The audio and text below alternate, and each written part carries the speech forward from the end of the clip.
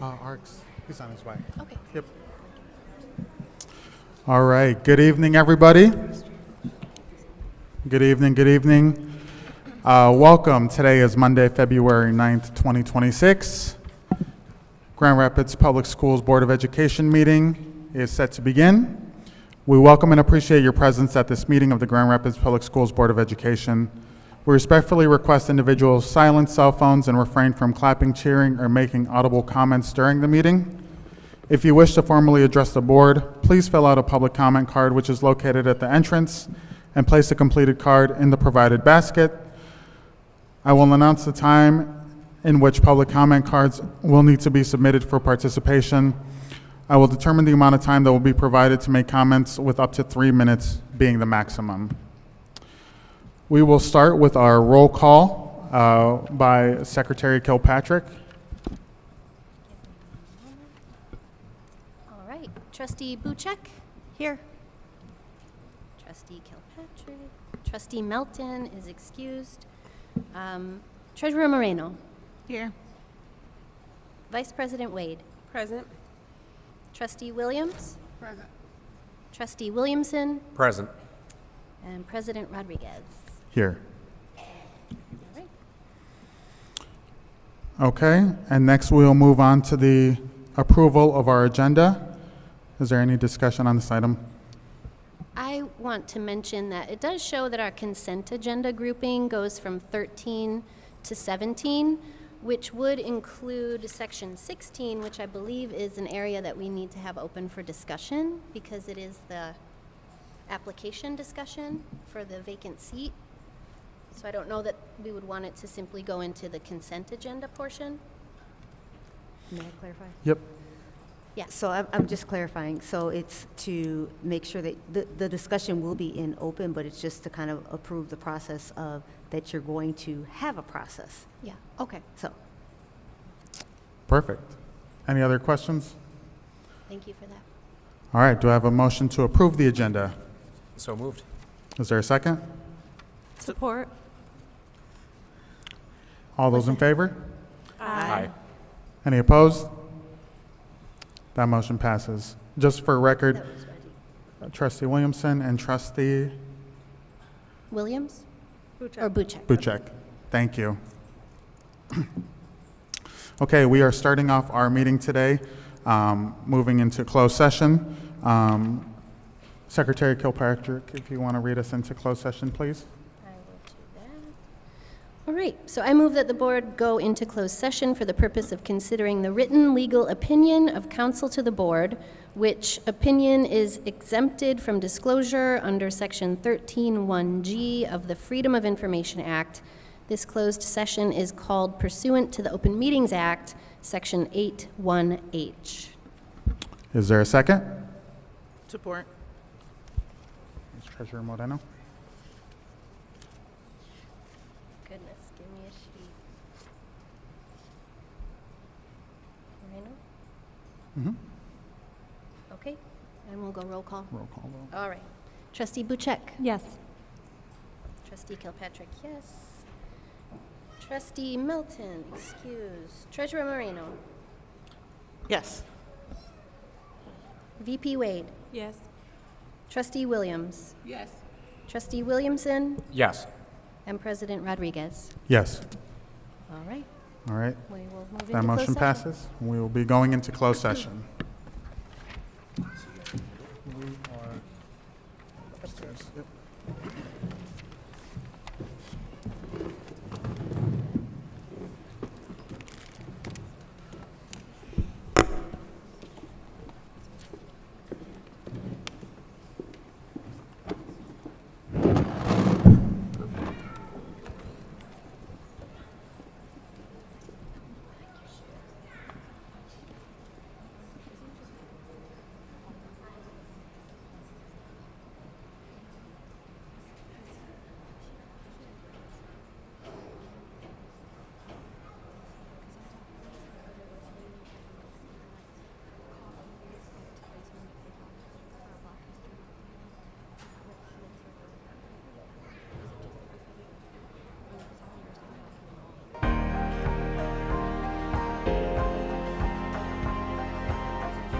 Those were really clear directions. Hi, my name's Erin Shadowins. I'm the principal at CA Frost Environmental Science Academy and Blandford School. Why? Kids are really fun. They're really amazing. They have interesting, quirky views on the world. They have the best questions. I had so many teachers and adults who really poured into me, always saw the best in me and supported me. Originally, I thought I wanted to go to law school, realizing that so much had been invested in me, and it was time for me to do something with everything that had been invested in me. I was a Teach for America Corps member in Detroit, taught second and third graders, and then I moved to Brooklyn, New York, where I spent the next 10 years teaching every grade K through 3, and then moving into an administrative role. CA Frost and Blandford have an environmental science theme focused on getting the kids outdoors and learning and appreciating nature in our natural world. So many schools think that we either value the outdoors and play or we value academics, and actually they're very much connected. Having a family of my own, I really wanted my son to have some of the core memories that I got to have growing up here. Michigan's a really special place, and I'm really excited to live here again. Where you're doing the syllables, in, then, ting. I want them to have a sense that they are seen for who they are, that they're appreciated for who they are, that they can be themselves, and that they belong here. Do you see what the mistake is in that one? We have really high expectations for them because we believe in them. The most important job in a school is being a teacher. Everything that you do as a leader needs to be around thinking, how do I help my teachers be set up for success and do their jobs really, really well? We want to make sure that any kid who comes to this school is going to be successful and be able to make choices in their life when they leave us. It's a privilege to have this role and to be able to work with our community's kids. I love coming to work every day. It's great.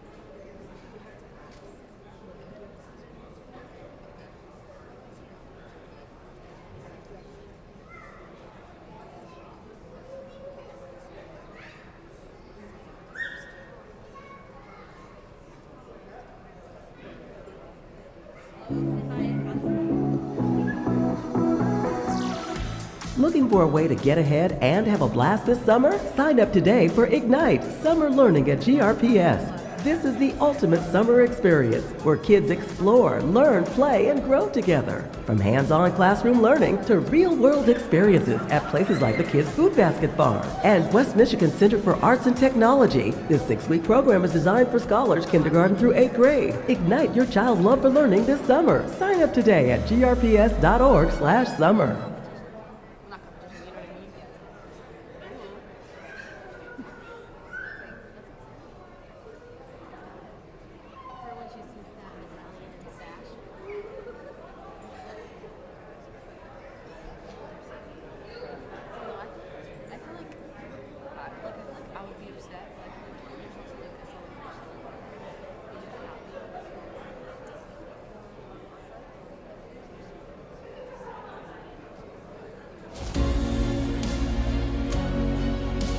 My favorite thing about CA Frost is the fact that it's so small. Everything is a tool and everything is super useful that I've learned here at Frost. It has done so much for me because I've been in a space where I can be myself. I've done so many cool things while here at Frost. I started 2 businesses, Frosty Coffee. We had like regular customers, we had iced coffee, hot coffee. That class taught me the most about like running a business and just life, because we had to work with students that I'd never interacted with. Math professor is one of my routes that I would go. I also would love to keep going with the horse business. That has been super fun. I have so much art just around my life. It would be really cool to go to school for art. I never thought that I could be a 4.0 student. And being here, it's been able to push me to be able to do that. I'm very excited to graduate, and I'm very sad because I like this place so much. My name is Elle Byerwalter, class of 2026 at CA Frost Middle High School.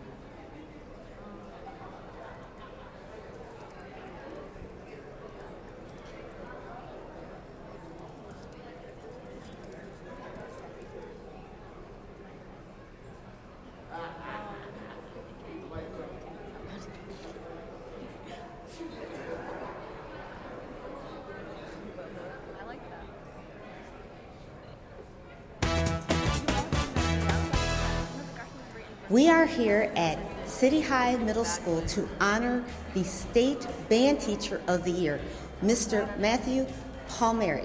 And I have senior Josiah, who is one of his band students. What makes Mr. Palmieri such a special teacher? In class, he's very energetic. I can really feel the passion he has for the band. If I have an issue with my instrument, I'll come to him and he'll help me out. You have a teacher who not only loves his craft, but cares about his students and makes sure that he gives you tips. Should we go surprise him? Yes. All right, let's go. We have a coffee mug for you, as well as a $50 gift card to Lucy's, which is a restaurant right across the street. Thank you so much for the work that you do. We continue to lift you up and are so glad that you have made GRPS your choice. Congratulations.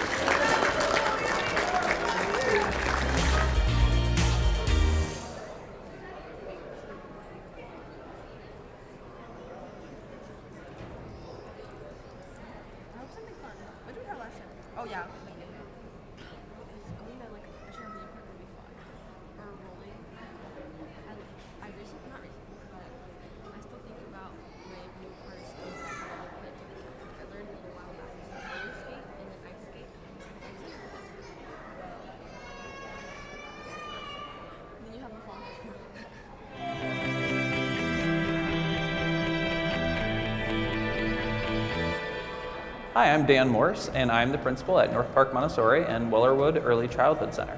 Nice. School can be such a sanctuary for young people. I know it was certainly for me somewhere that I've always felt like I belonged, and I wanted to make sure that all of our scholars here at North Park feel that way.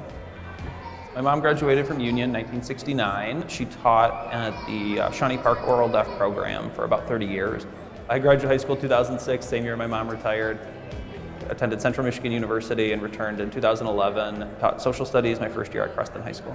Taught at Innovation Central High School for about 7 or 8 years. 3 years as assistant principal at Grand Rapids Montessori. This is absolutely home for me. So my wife is also an educator. She teaches at Ottawa Hills High School. We live a few minutes from there.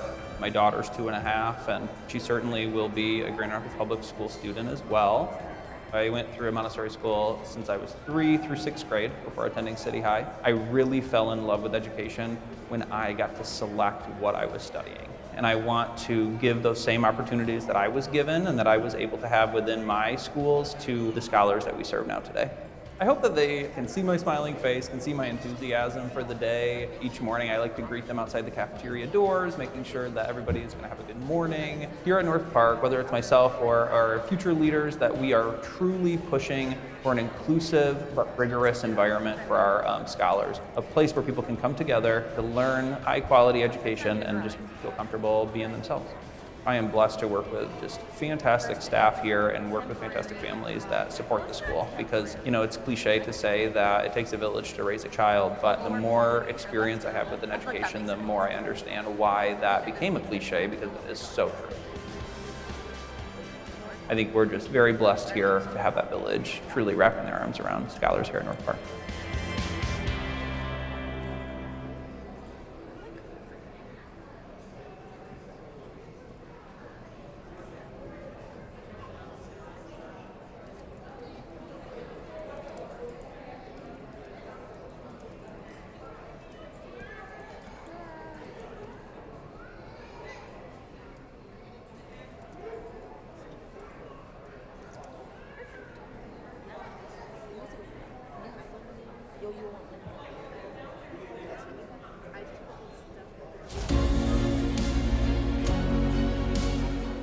I've been at Grand Rapids Montessori my whole K-12 career.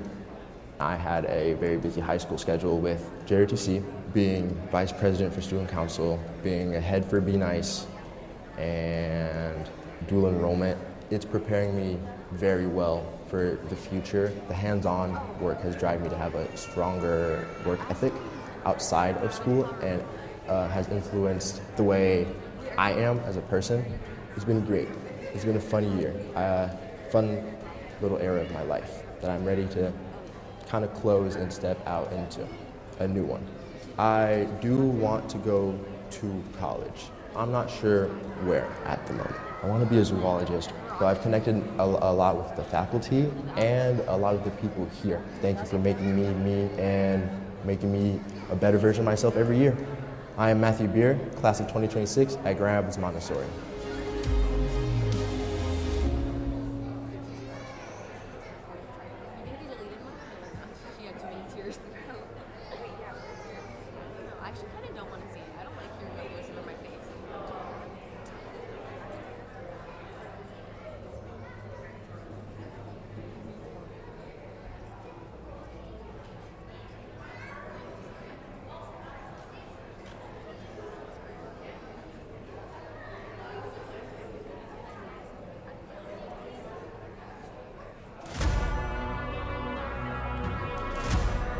We are in a great place at Ottawa Hills to build, to restore pride. My football journey has been very important to me, very impactful in my life, and it's made me who I am today. I ended up playing 78ers for Ottawa Hills in the 8th grade, came to Ottawa, played a couple of games at JV, and then got moved up to varsity as a freshman, and never looked back from there. Football was everything for me. It changed my life in high school. Graduating from Ottawa, going to play college football for a year. When I came home, the first thing I did was partner up with my defensive coordinator from high school as he became the head coach at Crescent. Then I ended up coming back to Ottawa, under Coach Ruffin for a few years, bounced around a little bit after that. It was a very overwhelming feeling when they told me that they wanted me to become the football coach here. It's a dream, a passion, a desire for mine to help these young men in our community. I tell everybody the same thing. You want to play for me? I got a spot for you. We hope to run an up-tempo, fast-paced offense. Let them make plays. We want to put our kids in positions to succeed. It's going to be tough. It's going to be difficult. But as long as you put the effort in, I'm going to put the effort in for you as well. 1, 2, 3, 1, 2, 3, win! There's studies out that show having a great football program drives your academics. I think a lot of our kids want to be a part of something. We have to develop a foundation and a culture here that kids want to be a part of. I have long-term relationships with my high school coaches. Those are the types of relationships I want to establish here with the kids that play under me. It's not an overnight process that we're thinking about. We're thinking about long-term, not the short-term. It's a culture change that's happening here. It's changing the face of what we do. Like when you look at us, you want to see Ottawa Hills. I want to get started, I want to get going. I'm eager, I'm excited to get the process rolling. I am James Jones, the head football coach of the Ottawa Hills Bengals.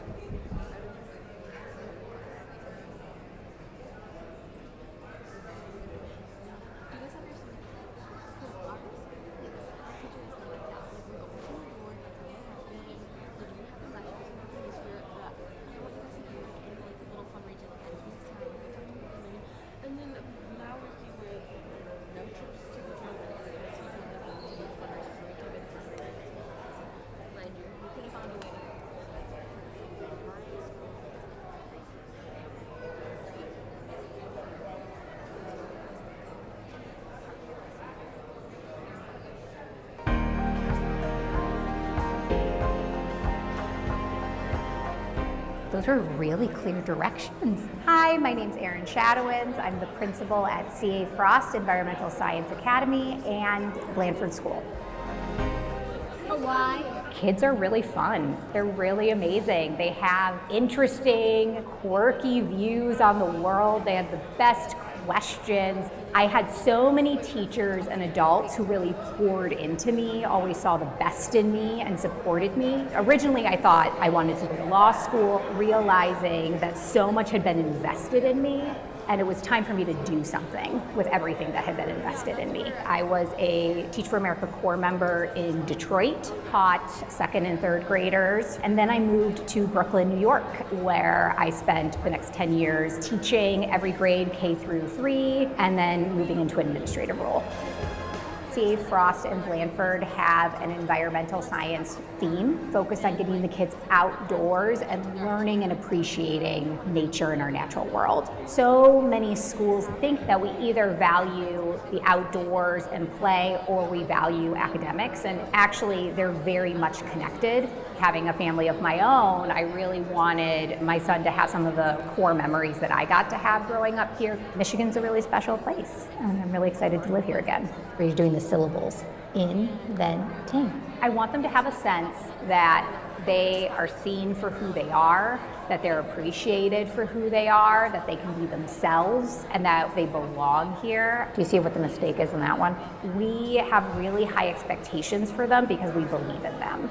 The most important job in a school is being a teacher. Everything that you do as a leader needs to be around thinking, how do I help my teachers be set up for success and do their jobs really, really well? We want to make sure that any kid who comes to this school is going to be successful and be able to make choices in their life when they leave us. It's a privilege to have this role and to be able to work with our community's kids. I love coming to work every day. It's great.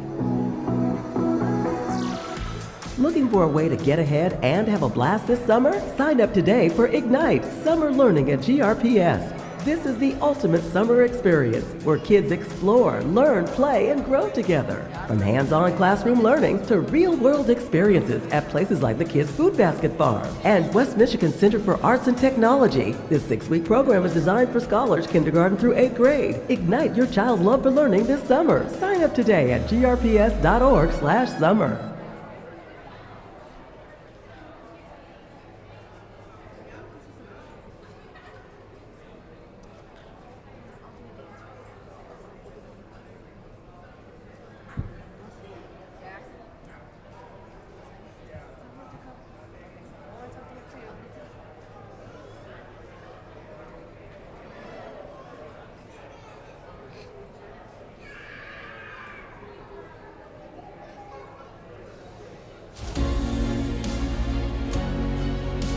My favorite thing about CA Frost is the fact that it's so small.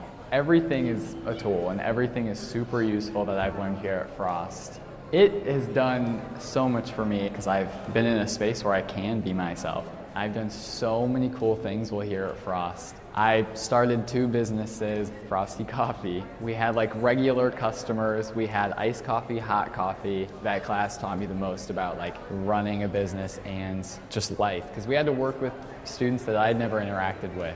Math professor is one of my routes that I would go. I also would love to keep going with the horse business. That has been super fun. I have so much art just around my life. It would be really cool to go to school for art. I never thought that I could be a 4.0 student, and being here, it's been able to push me to be able to do that.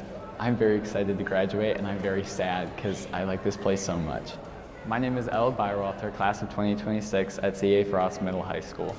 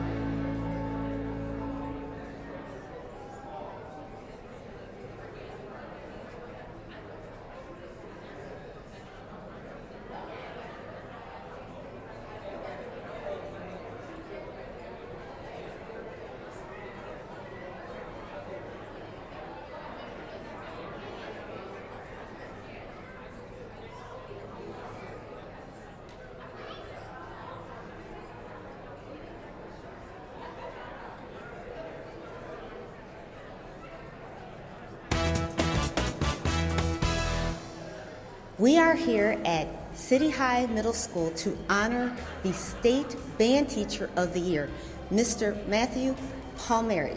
And I have senior Josiah, who is one of his band students. What makes Mr. Palmieri such a special teacher? In class, he's very energetic. I can really feel the passion he has for the band. If I have an issue with my instrument, I'll come to him and he'll help me out. You have a teacher who not only loves his craft, but cares about his students and makes sure that he gives you tips. Should we go surprise him? Yes. All right, let's go. We have a coffee mug for you, as well as a $50 gift card to Lucy's, which is a restaurant right across the street. Thank you so much for the work that you do. We continue to lift you up and are so glad that you have made GRPS your choice. Congratulations.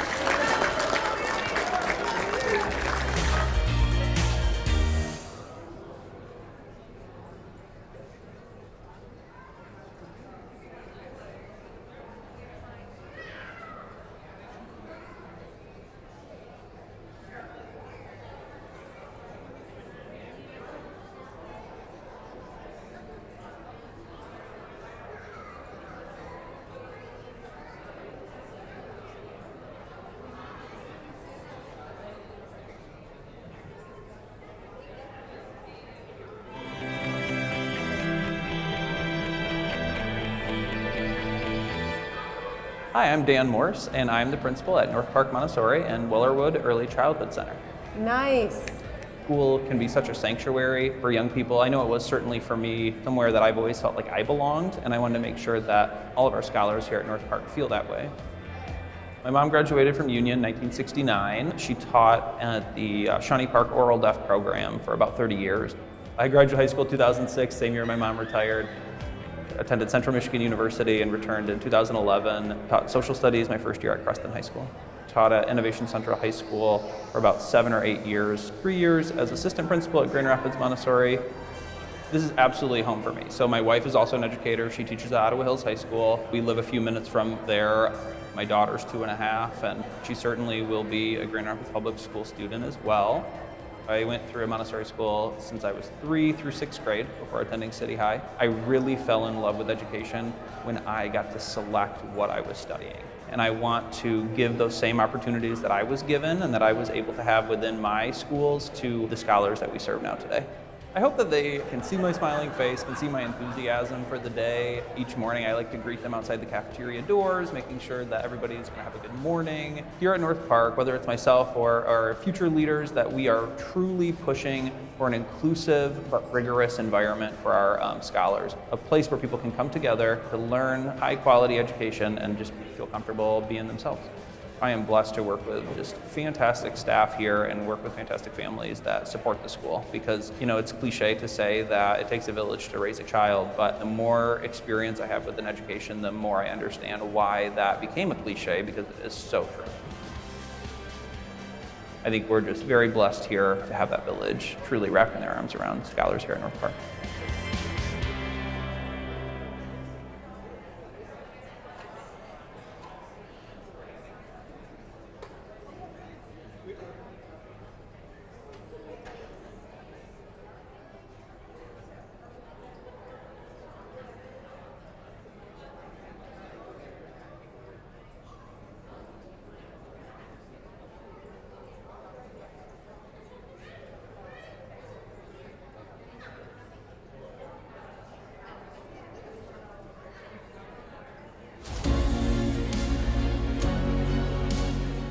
I've been at Grand Rapids Montessori my whole K through 12 career. I had a very busy high school schedule with JRTC, being vice president for student council, being a head for Be Nice, and dual enrollment. It's preparing me very well for the future. The hands-on work has driven me to have a stronger work ethic outside of school, and has influenced the way I am as a person. It's been great. It's been a fun year, fun little era of my life that I'm ready to kind of close and step out into a new one. I do want to go to college. I'm not sure where at the moment. I want to be a zoologist, so I've connected a lot with the faculty and a lot of the people here. Thank you for making me, and making me a better version of myself every year. I am Matthew Beer, class of 2026 at Grand Rapids Montessori.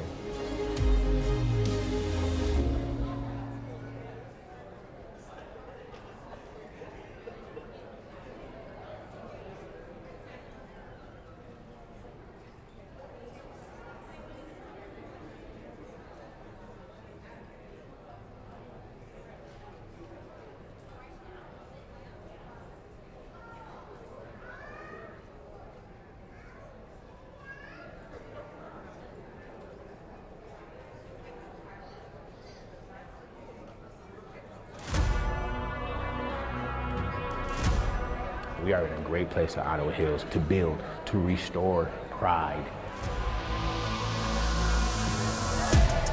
My football journey has been very important to me, very impactful in my life, and it's made me who I am today. I ended up playing 78ers for Ottawa Hills in the 8th grade, came to Ottawa, played a couple of games at JV, and then got moved up to varsity as a freshman, and never looked back from there. Football was everything for me. It changed my life in high school. Graduating from Ottawa, going to play college football for a year. When I came home, the first thing I did was partner up with my defensive coordinator from high school as he became the head coach at Creston. Then I ended up coming back to Ottawa, under Coach Ruffin for a few years. Bounced around a little bit after that. It was a very overwhelming feeling when they told me that they wanted me to become the football coach here. And it's a dream, a passion, a desire for mine to help these young men in our community. I tell everybody the same thing. You want to play for me? I got a spot for you. We hope to run an up-tempo, fast-paced offense. Let them make plays. We want to put our kids in positions to succeed. It's going to be tough. It's going to be difficult. But as long as you put the effort in, I'm going to put the effort in for you as well. 1, 2, 3, 1, 2, 3, win! There's studies out that show having a great football program drives your academics. I think a lot of our kids want to be a part of something. We have to develop a foundation and a culture here that kids want to be a part of. I have long-term relationships with my high school coaches. Those are the types of relationships I want to establish here with the kids that play under me. It's not an overnight process that we're thinking about. We're thinking about the long term, not the short term. It's a culture change that's happening here. It's changing the face of what we do. Like when you look at us, you want to see Ottawa Hills. I want to get started, I want to get going. I'm eager, I'm excited to get the process rolling. I am James Jones, the head football coach of the Ottawa Hills Bengals.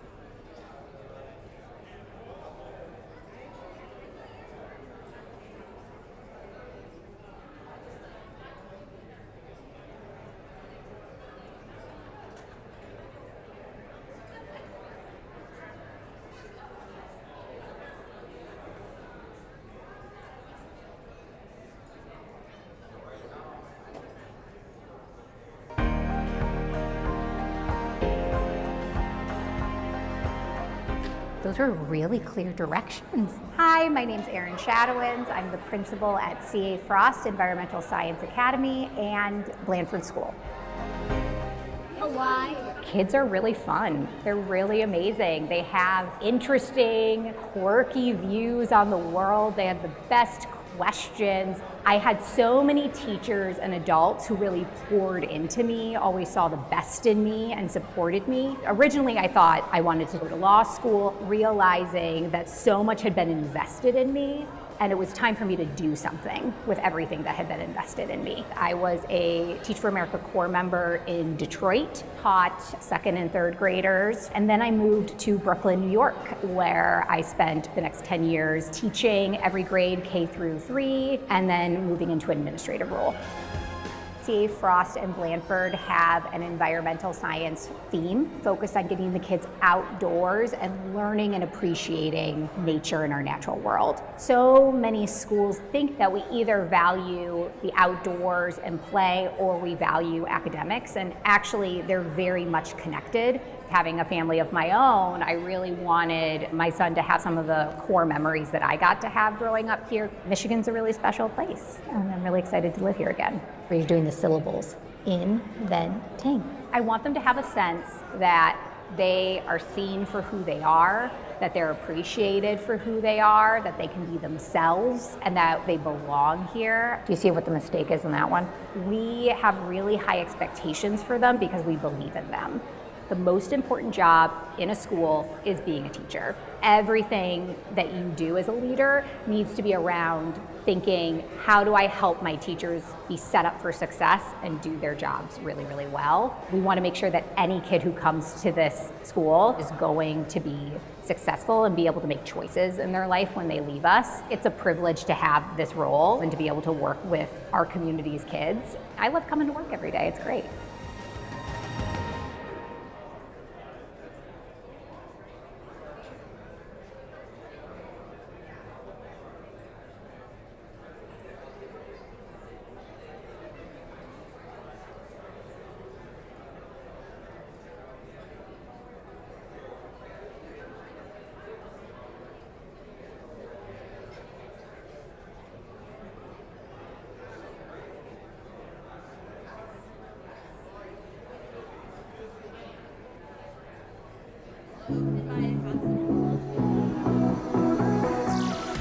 Looking for a way to get ahead and have a blast this summer? Sign up today for Ignite Summer Learning at GRPS. This is the ultimate summer experience where kids explore, learn, play, and grow together. From hands-on classroom learning to real-world experiences at places like the Kids Food Basket Farm and West Michigan Center for Arts and Technology. This 6-week program is designed for scholars kindergarten through 8th grade. Ignite your child's love for learning this summer. Sign up today at grps.org/summer.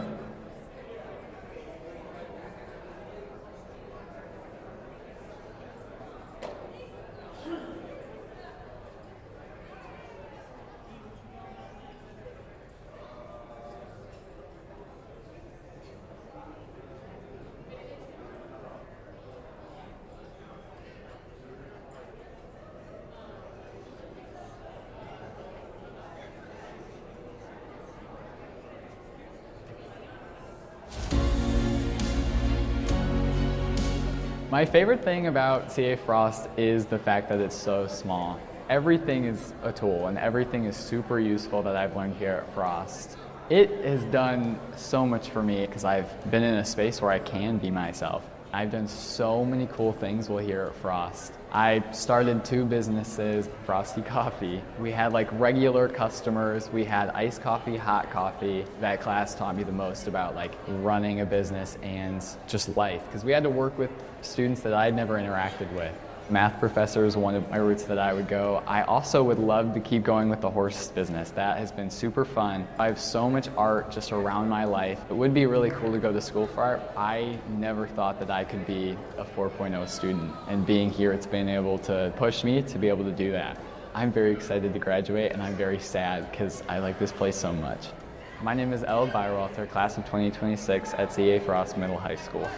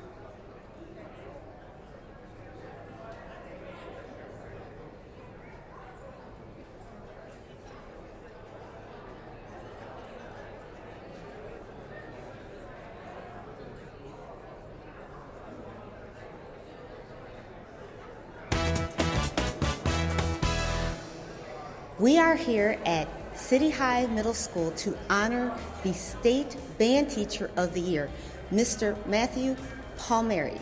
And I have senior Josiah, who is one of his band students. What makes Mr. Palmieri such a special teacher?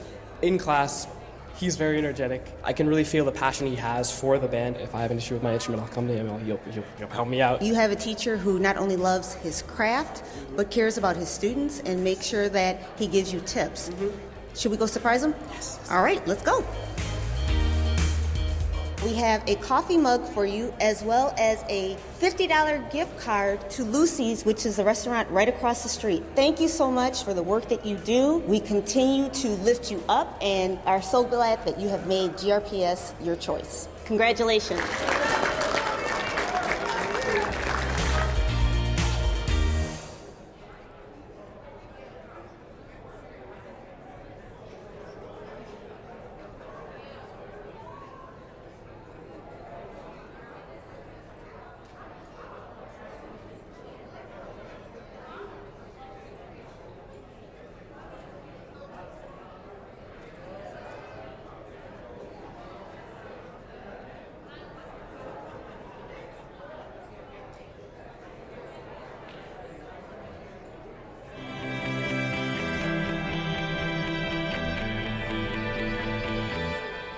Hi, I'm Dan Morse, and I'm the principal at North Park Montessori and Wellerwood Early Childhood Center.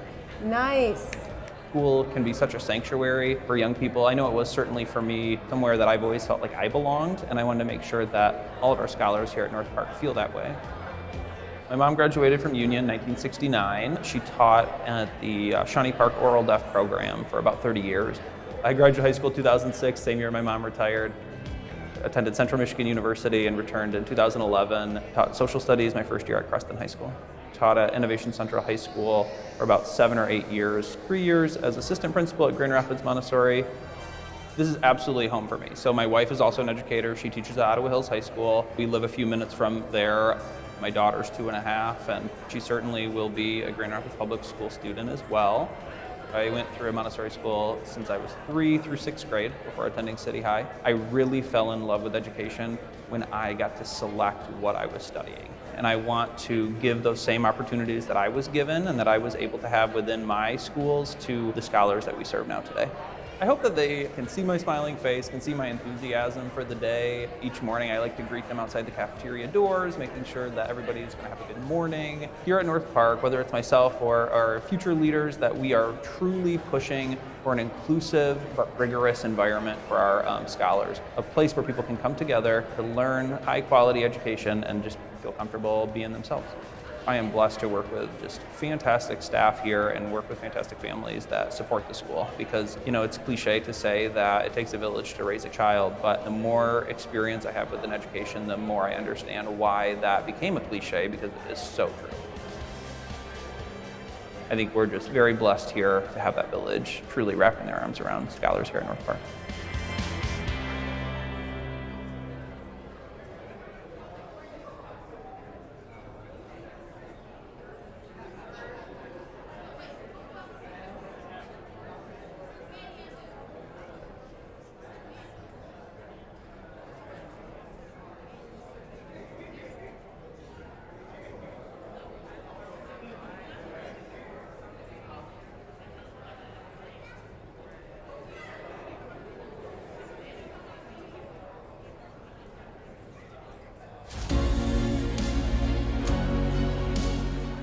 I've been at Grand Rapids Montessori my whole K through 12 career. I had a very busy high school schedule with JRTC, being vice president for student council, being a head for Be Nice, and dual enrollment. It's preparing me very well for the future. The hands-on work has driven me to have a stronger work ethic outside of school, and has influenced the way I am as a person. It's been great. It's been a fun year, fun little era of my life that I'm ready to kind of close and step out into a new one. I do want to go to college. I'm not sure where at the moment. I want to be a zoologist, so I've connected a lot with the faculty and a lot of the people here. Thank you for making me, and making me a better version of myself every year. I am Matthew Beer, class of 2026 at Grand Rapids Montessori.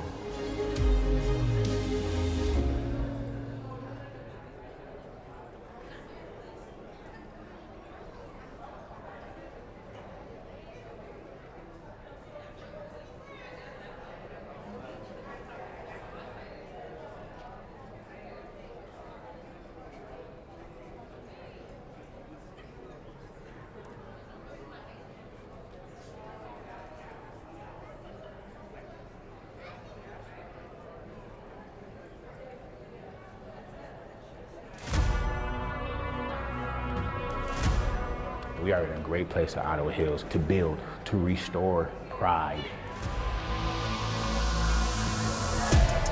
My football journey has been very important to me, very impactful in my life, and it's made me who I am today. I ended up playing 78ers for Ottawa Hills in the 8th grade, came to Ottawa, played a couple of games at JV, and then got moved up to varsity as a freshman, and never looked back from there. Football was everything for me. It changed my life in high school. Graduating from Ottawa, going to play college football for a year. When I came home, the first thing I did was partner up with my defensive coordinator from high school as he became the head coach at Crescent. Then I ended up coming back to Ottawa, under Coach Ruffin for a few years, bounced around a little bit after that. It was a very overwhelming feeling when they told me that they wanted me to become the football coach here. And it's a dream, a passion, a desire for mine to help these young men in our community. I tell everybody the same thing. You want to play for me? I got a spot for you. We hope to run an up-tempo, fast-paced offense. Let them make plays. We want to put our kids in positions to succeed. It's going to be tough. It's going to be difficult. But as long as you put the effort in, I'm going to put the effort in for you as well. 1, 2, 3, 1, 2, 3, win! There's studies out that show having a great football program drives your academics. I think a lot of our kids want to be a part of something.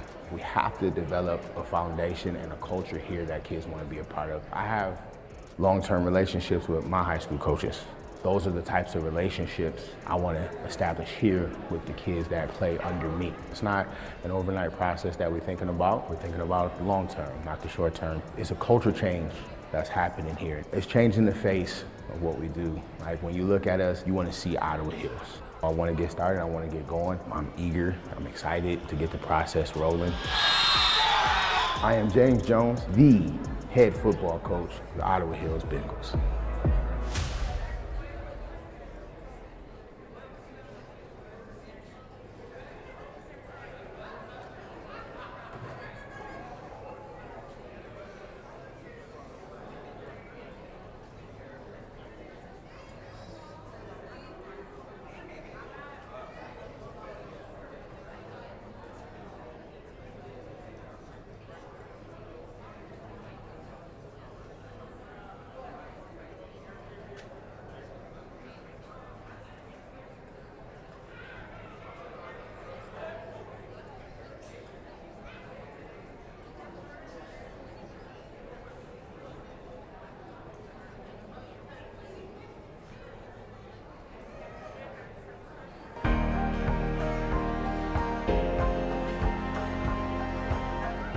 Those were really clear directions. Hi, my name's Erin Shadowins. I'm the principal at CA Frost Environmental Science Academy and Blandford School.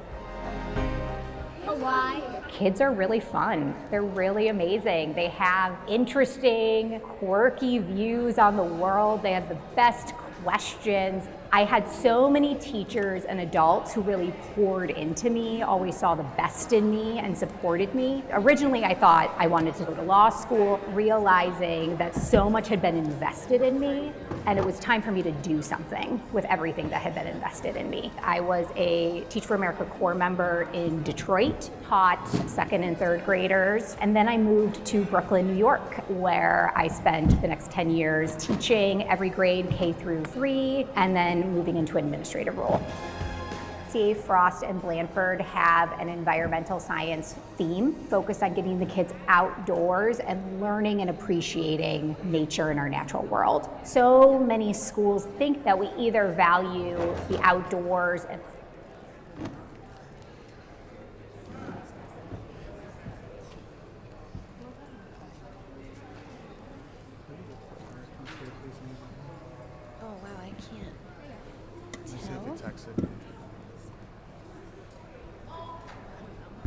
Oh, he is here. I don't know where. It's hard to see. All right, we got Richard. Okay. All right, we ready?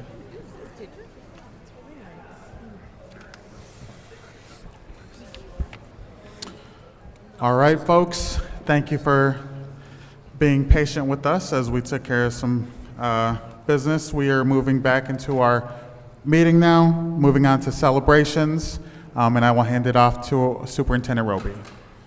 So good evening, everyone. We are going to begin our first celebration with a outgoing board member. If Mr. Arik Davis is available, if you will come up to the podium, please.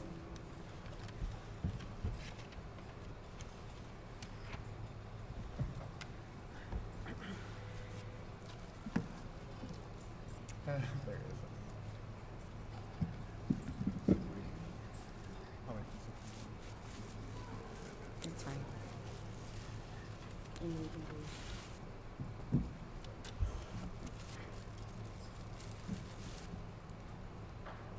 Craig's coming down.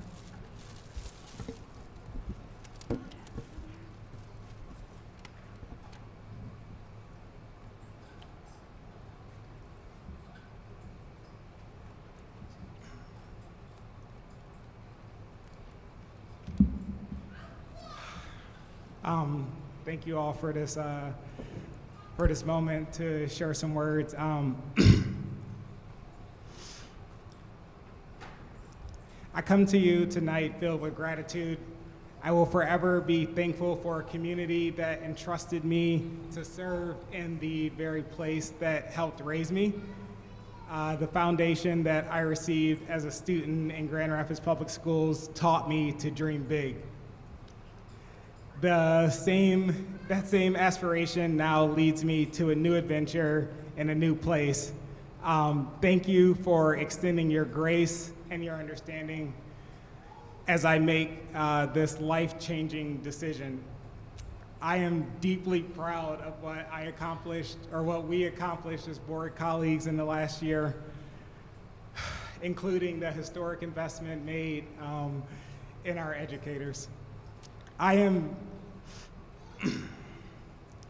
The past year has given me a front row seat to the incredible work that our district does, deeper than I had ever imagined. And every day, scholars, staff are showing what is possible when high expectations are matched with opportunity and support. When I campaigned to sit on the board, I shared that my priority was to encourage thoughtful and inclusive leadership.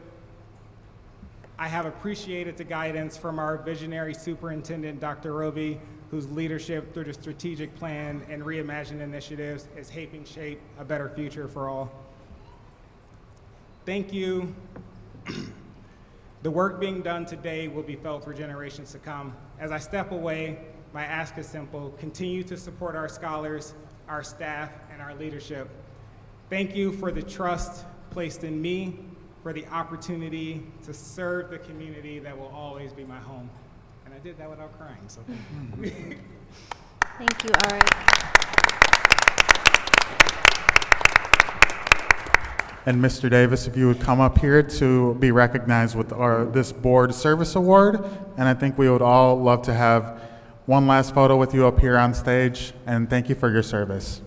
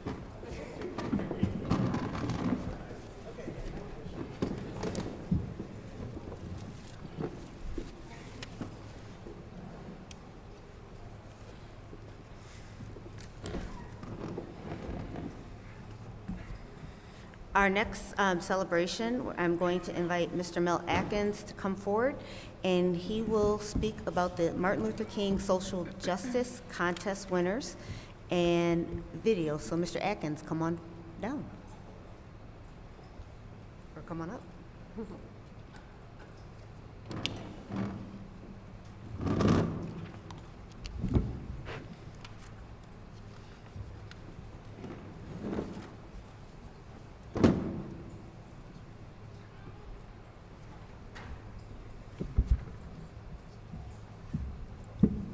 Good evening, President Rodriguez, Superintendent Roby, members of the board. Again, my name is Mel Atkins. I am the Executive Director of Community Student Affairs.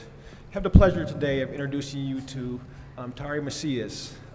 She is the Program Coordinator for the Department of Opportunity, Engagement, and Innovation, and she's going to talk about the MLK Junior contest. Thank you. Good evening, Dr. Roby, President Rodriguez, and GRPS board members. Thank you for the opportunity to celebrate our scholars this evening. I am Tari Macias. I'm the Program Coordinator for the Department of Opportunity, Engagement, and Innovation for Grand Rapids Public Schools. As we celebrate our 21st year, we thank Warner Norcross Judd for sponsoring this contest in years past and for continuing to partner with us in the future. We are also grateful to Safer PR, the sole sponsor for this year's contest, and look forward to continued collaboration ahead. Much thanks as well to Broadway GR, Grand Rapids Public Museum for their continued support and generosity. Thanks to them, each of our winners will receive 2 tickets to the Lion King, a family membership to the Grand Rapids Public Museum. In addition, our first place winners got an Apple iPad, second place winner an Amazon Fire tablet, and the third place winner got JDL wireless headphones. OEI and our community judges would like to express how impressed we are with our scholars for their thoughtfulness, brilliance, and dedication to social justice. Congratulations to our winners. First place, Liana Anderson, North Park Montessori.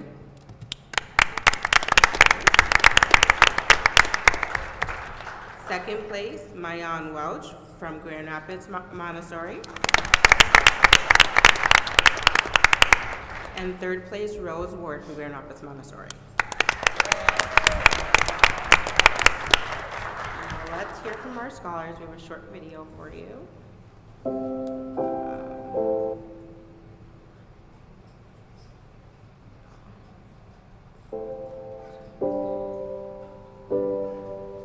To me, Dr. King's words are not just words, they are dreams he wanted. A dream I still want. He really changed people's thoughts about how they think about Black people. He wanted everybody to speak out for what they believed in, and he wanted everybody to be treated equally. He faced so much racism for his words, but even when his enemies did not like his words and his dreams,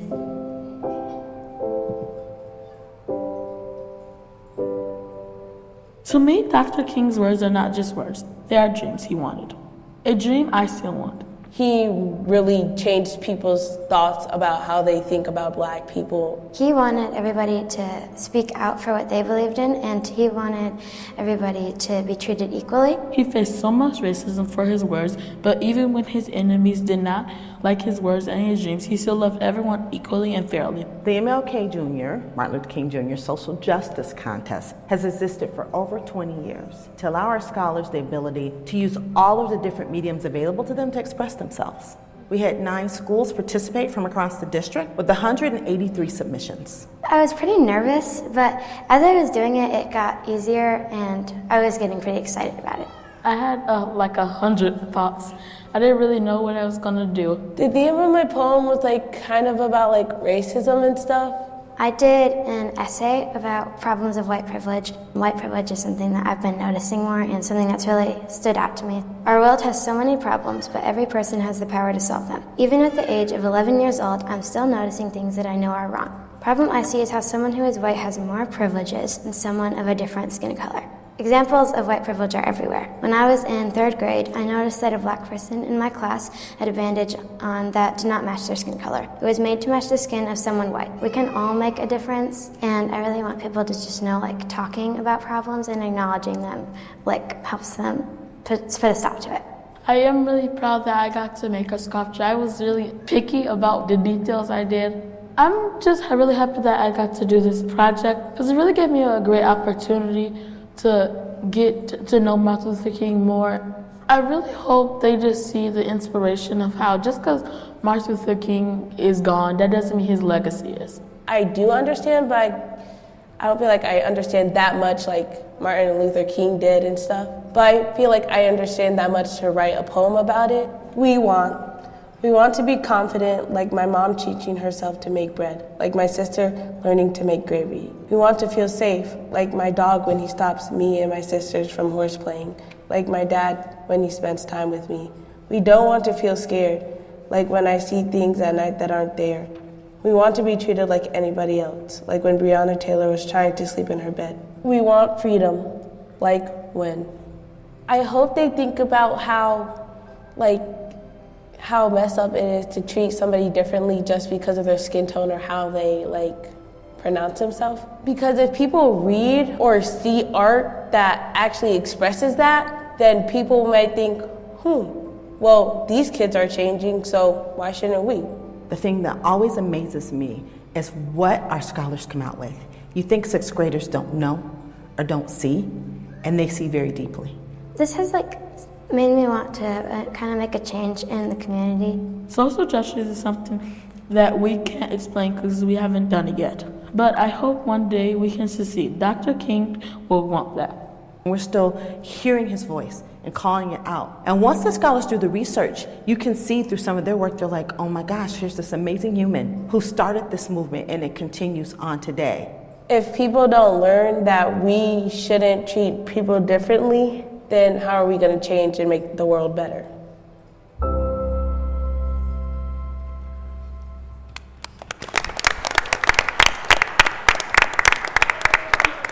Congratulations, winners.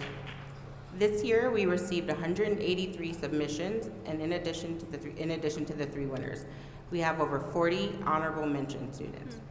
The honorable mention scholars were awarded with a certificate, a commemorative poster, and honor cords for their courage, compassion, and leadership. We had scholars participate from 9 schools in the district: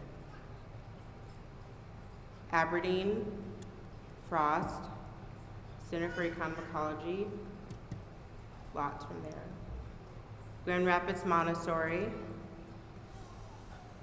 Harrison, North Park Montessori, Ridgemore Park, Riverside, and UPrep. In celebration of Black History Month, we invite you all to visit the MLK Jr. Social Justice exhibit at the Grand Rapids Public Museum, where our powerful work of all of our winners and scholars and honorable mention students are on display. If there are any scholars and their families that are in the audience, will you please stand?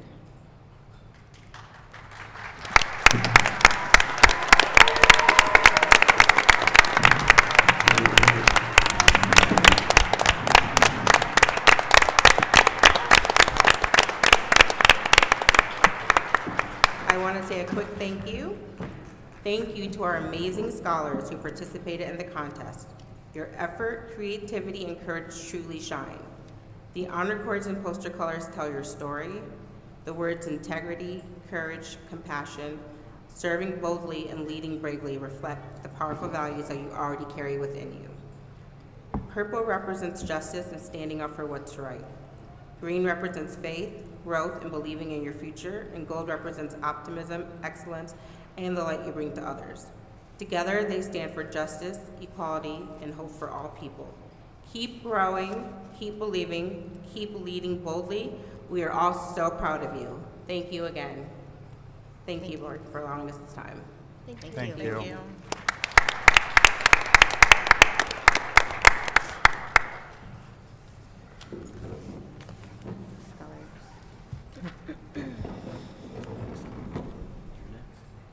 Thank you so much, and congratulations again to those scholars that were recognized tonight. I know that our board members will do their best to make sure we go check out that exhibit. So thank you so much. Next, we are moving on to our scholar representatives report. We will start with Ms. Fitzpatrick, if you would like to provide us with your report this evening. Yes. I just want to report out on a lot of the student leadership I see going on in my school. So I'll say this month, a couple things we have coming up for student council at my school is a Black History Museum that is for students to see, but also led by students and an idea of the students. And then I'm seeing a lot of my peers taking leadership with fundraising for students so that they can have memorable proms and memorable experiences. And then really notably, we are getting started with our second annual theater program, and we're gonna do a musical, which is Beetlejuice, if any of you guys know it. So that'll be later in the year, but if you wanna come see it, I think that would be really good. And as for Superintendent Scholar Advisory Council, we recently went to Kids Food Basket to volunteer. We helped package lunches. They're a really good organization. They send out nearly 10,000 lunches per day to help feed kids across Grand Rapids. So that was really important for us to learn what it means to serve the community and motivate us to keep doing that even after high school. Thank you so much. Next, we've got our scholar representative, Ms. Martinez Ayon. So currently our Student Advisory Council is, So our student council at our school is having a pop can drive. It's a competition through the grades to be able to raise money for future events and plans. And our diversity union is working on our mini coffee shop in order to get some money for our upcoming event for Black History Month. And then me and Ilea are excited for our upcoming event with the rest of our superintendent scholarly council. All right, thank you both so much. Next, we are moving into our secretary's report. Just a few things to report here. We have a finance committee coming up February 23rd at 4:30 at GRPS University. And then our next ad hoc facilities committee meeting is scheduled for March 9th, right here at Ottawa Hills. That'll be at 5 p.m. Thank you so much. And then finally, I realize I did not give a time frame for which we are collecting public comment cards. I would hope to have them all collected after our committee chair reports. And so please, if you do have any last minute comment cards, please get those to our executive assistant, Ms. Anderson, so she can get those up here. So now we're moving on to our committee chair reports. First, Finance Committee. A lot of the things I'm uplifting today are items that we'll be voting on in our agenda. But I just want to highlight our purchasing agenda. There's a lot of partnership dollars that, of course, we've seen them come to public comment, and so just kind of uplifting those and that consistency. Also in the purchasing agenda are the 5 bond projects that are kind of slated in this next round. And then the budget amendment 1 adjustments. We are following some of the food services dollars that, again, they did increase, and so we're just going to keep an eye on those. I think as I've been working on what kind of items am I going to be updating, I'll probably send an email out to learn from each of you, what do you want to see from finances, especially in these updates, so please be on the lookout for that. Also, hopefully in our superintendent's biweekly coming note, there'll be something from finance. Ms. Cripps did share a presentation around student enrollment trends at a state level, and so, continuing getting and uplifting that information. Colleagues, is there any questions or comments? Okay, seeing none, we are moving on to our ad hoc facilities committee update. Yes, thank you. Ad hoc facilities met today. We discussed updates with Ken O'Shea, the construction that's going to be coming up this summer, which we're very excited about as we move through our facilities plan. I know that team's going to have some updates with some other projects for us later.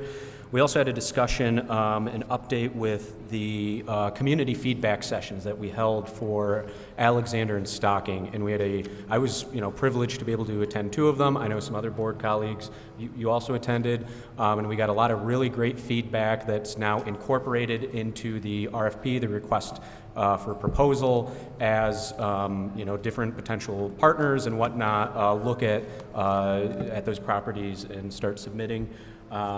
Couple things to highlight with that. Some of the feedback, the 3 top items of feedback for Stocking and Alexander focused around housing, green space and outdoor amenities, as well as a community center or hub or shared space.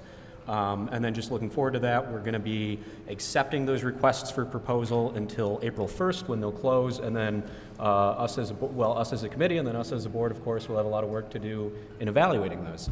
Beyond that, we also had a really good discussion around some of our vacant properties. I say vacant, properties that don't have schools in them right now. Some of them we have leasees out to, some of them we have district programs that don't have students in them, but they're using those spaces. And just as we're moving forward with these properties, whatever we end up doing with them, making sure that we're maintaining those relationships and working in collaboration. And that's all I had. Thank you for that update. Colleagues, is there any questions or comments on the ad hoc facilities report? All right, seeing none, we are moving to our superintendent's report. I'm going to invite Mr. Alex Smart, who is our Executive Director of Facilities and Operations. He's going to give a bond construction update. One of the things that we are trying to do is each quarter to provide an update as to the ongoing projects that are taking place, as well as what's on deck for the near future.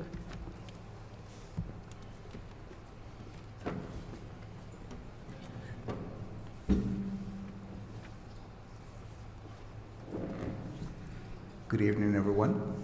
It's good to see you. President Rodriguez, Board of Trustees, President Roby. We have been, as you all know, very, very busy in the facilities, getting these projects rolling. So we'll go through the slides, please, at any time. As usual, let me know if you have any questions, and I'll do my very best to provide the answers. What we're doing today is I was trying to put together some of the projects that have some commonalities, so that way the report can be more succinct. And these are projects that I brought to you before. We have Kent Hills, Dickinson, and Cesar Chavez. All 3 projects, we started them last year. This is going to be summer number 2, which is phase number 2.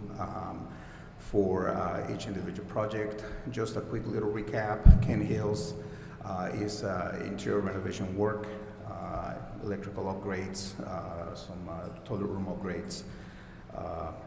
Dickinson and Chavez have a HVAC component, which is definitely needed, and some carpeting. So we're going to continue that work. And the target time of completion is August 1, and that will be the final phase on all 3 projects. So far, everything's going on schedule and within budget. Next projects, we have the Northeast Elementary. We're very excited that work is taking place. Sometimes it's remarkable to see our construction crews out throughout the city working in this really, really cold winter. We're always running inside, and these workers are on the outside working. So we have seen progress. The foundation work is about 80% complete. We're doing some drainage around the foundations, and masonry work was going to start this week at some point. Completion date, June 2027. As of right now, don't have any schedule issues. We're within schedule and within budget. Innovation Central High School Auditorium. This one has given me some more gray hair when it comes to trying to get some of the rig and equipment delivered on time. But we're holding and with the schedule, and including testing on the systems. You know, the auditorium will be available in April. I know that we're pushing for most of the construction work to be done now in February, early March, but then it's going to take some time for testing and adjusting, make sure that everything is working properly. What you see right there are the brand new seats that are being installed. This is up in the balcony. It's looking great. I cannot wait to have you guys come over and take a look at what a wonderful space that's going to end up being. Next, two projects that we have here. These are significant. Ottawa High School, right here where we are. This one project is divided into a few different tasks, and let me go through my notes here for a moment. So initially we had 4 different projects that we were planning on doing, but internally we started looking at there was some benefits on combining them when it comes to, you know, savings. We were able to use one CM and begin to do the projects together. So we have the middle school project, which already started. We have demolition going on, and we will be complete on that one August 1 to receive our students from Alger, and that was the goal. But then we also have this auditorium, which is another component of the project. And this one is going to be going on a little bit further, you know, more delayed, and around October is when we're hoping to be completed here. Then we have the swimming pool renovation work. That one we're working with the athletic teams, you know, to make sure that we can figure out how the schedule is going to work. And we are also going to take the opportunity to do the football field and track for practice. And that one is going to run all the way from spring of 26 to spring of 27. So that's the complexity of Ottawa. So you will be hearing from me on future reports on how that project is going. Alger is a project that is going to include some pre-K toilet room additions to receive students from Brookside, and it's going to have interior flooring and painting, lighting upgrades. We're adding 2 new playgrounds, one for pre-K, one for 512. And we're hoping to start construction in June 26, and we should be done by April 27. Mr. Smart, I just want to clarify, Yes. one for pre-K and one for K-5. You said 512. Oh, I'm sorry. 512 is the age groups. Thank you for asking. Yes. So pre-K, the rules are different because of the age and the size of the kids. So the playground equipment is a little bit different. So that one is separate, so that way they can safely play. And then 512 is the age group, but it's actually for the rest of the elementary school. But thank you for catching that. Ken O'Shea.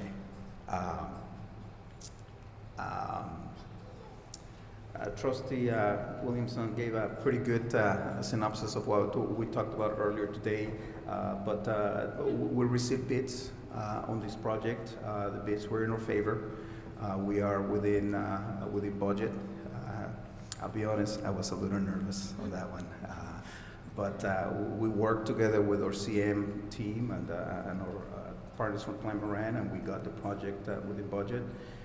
We are right now going through the process of evaluating the bids, and our hope is to submit this to finance at the end of the month for consideration. And if it's approved by finance, then we'll bring it to you for next month's meeting. And we're hoping to get the project completed by May 2027. You have previously approved the demolition package, so that work has started. So we already started doing some of the demolition work. The Montessori programs, we are continuing to do exploration work there. We have some challenges, obviously, with budget and the program needs. So we are right now working on trying to determine some other possibilities. Once we get to those viable options, we will bring it to you also to have the feedback and approve or send us back to work more. So that's coming down the road. Now the project that really, I mentioned this before, that makes me kind of nervous is the elevator upgrades. We have 26 elevators in 19 different buildings. And here's the challenge that we have. All the work cannot be done in the summer. So we're gonna have to do some work during the school year.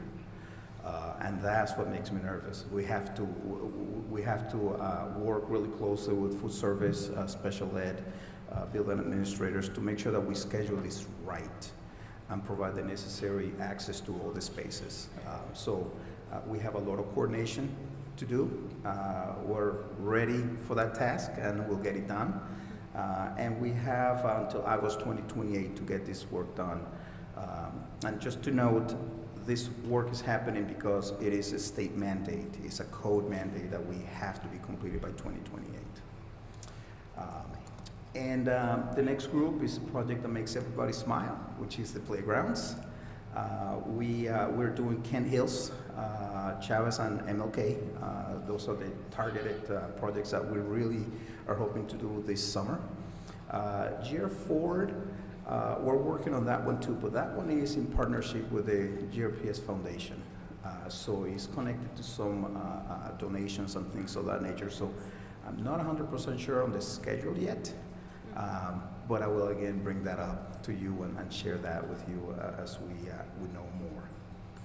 And I believe the next one here, I'm not going to say too much because Trustee Williamson gave a wonderful summary of what we talked about on this. The one thing that I would add is that we have had some interested parties coming through the buildings last week. So we made a few trips to let them in. We're asking our partners from JLL to keep track as to who they are, so that way we kind of have an idea of who's looking at our buildings. So more to come. We have a lot of work to do on this one too, but we're expecting to receive the proposal by April 1, and then we'll do the evaluations and have more conversations with you. And that concludes my presentation for today. If you have any questions, I'll do my best. Colleagues, go ahead. Really quick one. You mentioned the athletic improvements here at Ottawa Hills. I think it was football field, track, and pool. Were those all going to take place, those improvements taking place this spring for all three? Well, if we go back, the pool will be in the fall through the spring, and then the athletic fields will start in the spring of this year and go through spring of 27. The reason for that is we have to use seed for the grass. We can't afford the sod. Yeah. So that requires us to stay off the field for at least a year to let that grass establish. In the meantime, we're working with athletics and Mr. Johnson to find areas, other places in the district for the teams to practice. We have plenty of places for them to practice. Okay, thank you. Mm-hmm. Any other questions or comments? Thank you. Thank you. All right, thank you so much. Thank you very much.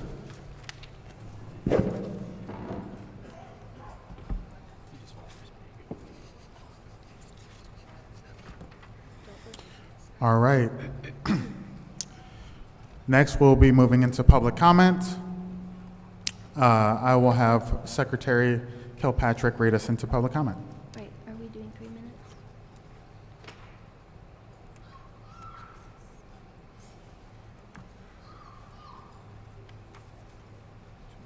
Okay. All right. So, welcome everybody. We ask that speakers who come up to the podium refrain from making abusive or disrespectful statements about board members, employees, volunteers, or contractors. Should you have a complaint about any of those listed above, you can utilize a process outlined in Board Policy 9450. We invite you to address the board one at a time, and you will be given 2 minutes tonight. We do ask that you share your first name, your full name with us as you give your comment so that we can include that in our official minutes. Board members do not respond during public comment. However, all concerns will be forwarded to the appropriate parties. And I do want to mention that we have a number of the golden cards tonight, so that means student voices and a thick stack of other voices as well.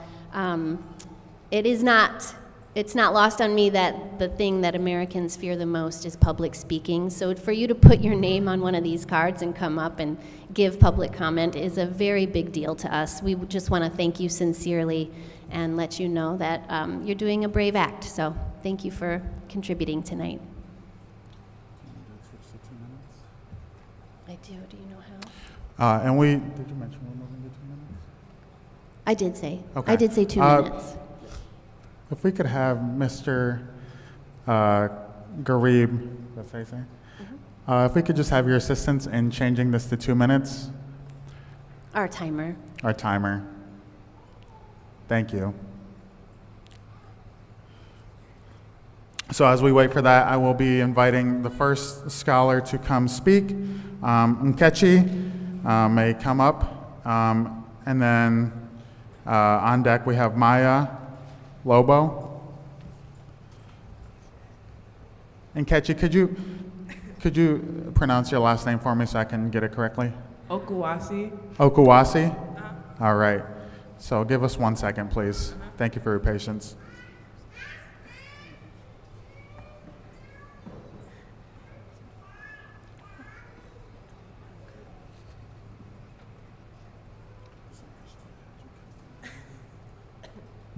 Okay, I think that's right. To do 2.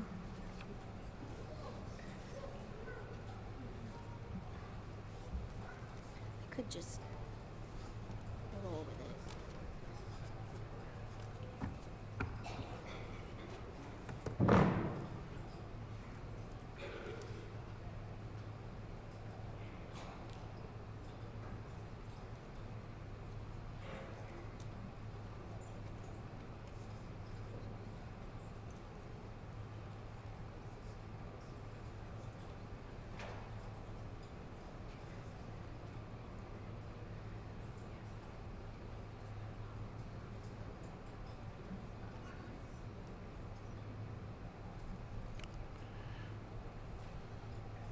And if we have to move into a cell phone timer for the sake of time, Or that will we can also just be go great. down to 1 minute and call it good. Yep. Right? Okay, so No worries, thank you. everyone, I apologize. Put you on the Please, spot for please be that. mindful of the time. We are going to do 2 minutes. So at 1 minute, At 1 minute, that will be that will be your time. Thank you so much for your understanding. Okay, you may go ahead. Thanks, Nkechi. Good evening. My name is Nkechi Okuwasi, and I'm a City High student who is committed to fighting for the environment. Last year, I became a part of a national coalition through Friends of the Earth called the Youth Plant Steering Committee, also known as YSC. YSC is a national youth program committed to advocating for environmental justice through activism and campaigning.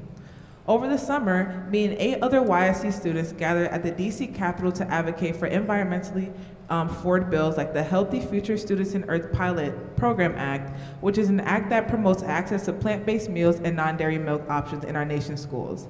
After this trip, I was inspired to take this work back to my own school district. This is why I believe we should introduce Meatless Mondays into the GRPS meal plan.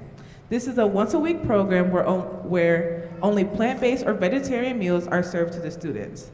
Unlike our menus now, where vegetarian options are served on the side, on Meatless Mondays, vegetarian/plant-based meals will be the main dish. With me today, I've brought another classmate, Maya Lobo, who will further discuss the importance of implementing a program like this at GRPS. Thank you. All right, next up we've got Maya Lobo. On deck we've got Kamir Brown. Good evening, everyone. My name is Maya Lobo. I'm a senior at City High Middle School, and I am a social justice and climate justice activist. Today I'm here to discuss making our school district a more eco-friendly place. In school, it is not uncommon for our meals to have some type of meat, whether that is chicken nuggets or ground beef. Meat is seen on almost always a student's plate. Unfortunately, meat consumption is severely hurting our planet. A study by MIT showed about 1 pound of beef emitted almost 60 times more carbon dioxide emissions than 1 pound of rice, corn, or wheat. Given this, imagine how many pounds of meat GRPS goes through each day. This is why with the Meatless Monday, we can work towards making GRPS sustainability goals. Meatless Mondays will cut down our district's daily carbon footprint by more than 40% and bring us one step closer into being a greener school district. Through plant-based lunch ideas like pho, tofu, teriyaki bowls, and soy chorizo chili, Meatless Mondays don't have to be a bland, unsavory day. They can be delicious school meals that simultaneously protect the planet. Thank you guys for your time. Thank you. Thank you. All right, next we have Kamir Brown.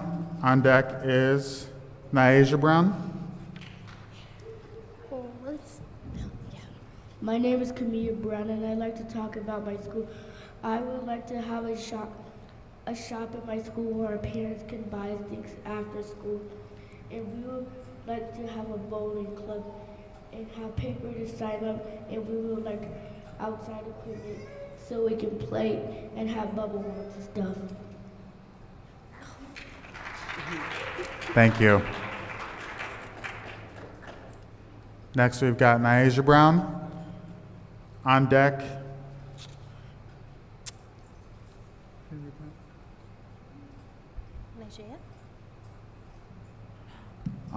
is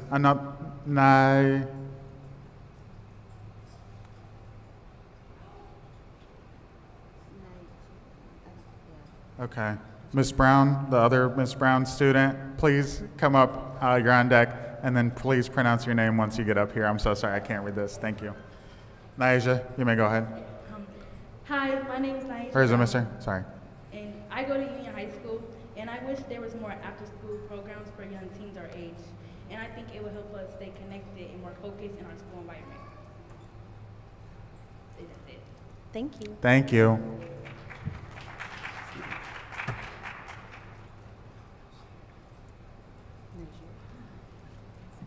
Hi, my name is Nigeria Brown, and I go to Charlotte Hills Elementary, and I'm here because I want to share my certificate, and I'm the student of the month. So I made me feel good, and I'm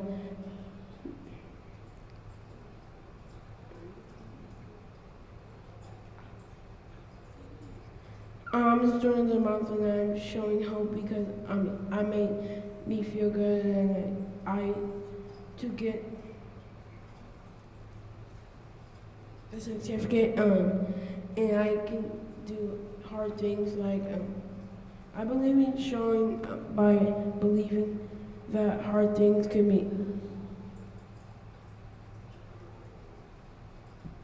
I could do hard things by working hard in my class and the school. I'm thankful for my school and my teachers that helped me do better and make me happy. Thank you.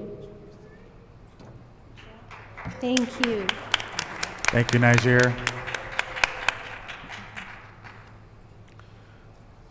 Next, we have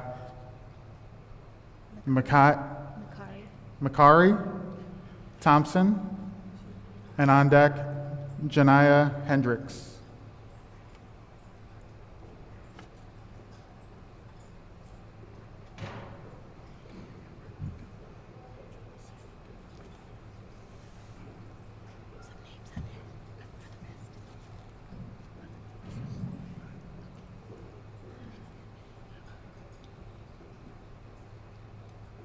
Hello, Superintendent and school board members. My name is Makari Thompson. I attend St. Frost High School. I wanted to take this time to say that I wish that there were more programs in Southland School for Black males like myself. I believe that if someone that looked like me that I could relate to, it would help support me and give me someone to talk to about things. that will help me in school and in life. Please consider adding programs like this to our school. It is very much needed. Thank you. Thank you. Thank you so much. Janiyah Hendricks. And then on deck, we've got Lisa Lee.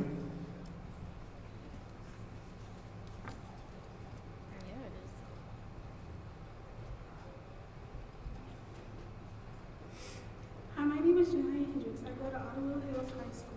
I wish my school was more genre regulated. I think that this will help my school become a better place and students will want to show up more. And it will help boost self-confidence in other students. Thank you. Thank you, Janiyah. Next, we've got Lisa Lee, and on deck, we've got Seth Moore.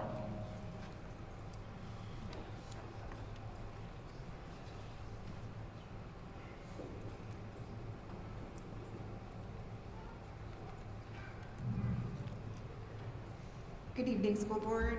My name is Lisa Lee. I'm an early childhood special education teacher within the district. I just want to talk at the last session, there was a recruitment update that was shared. The current GREA vacancies are 87.5 and 53.5 of those vacancies are special education staff, 34 are classroom teachers, 19 and a half are OTs, PTs, social workers, psychologists, and teacher consultants. And then we had 2 more social workers resign in the personnel transactions. In the support staff categories, there are 60 vacancies in special education aides, PTAs, and CODAs. We are also without a director of special education. I want to reflect on those numbers for a minute because with those vacancies, IEPs and service minutes are still being completed by a group of very dedicated and overworked special education staff. I'll take myself for example. Recently, the early childhood department has taken a monumental shift in how we service the earliest learners.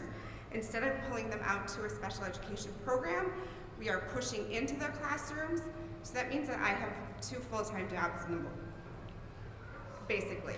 My morning self-contained classroom has been shifted to the afternoon, and then I'm servicing students in 3 different buildings.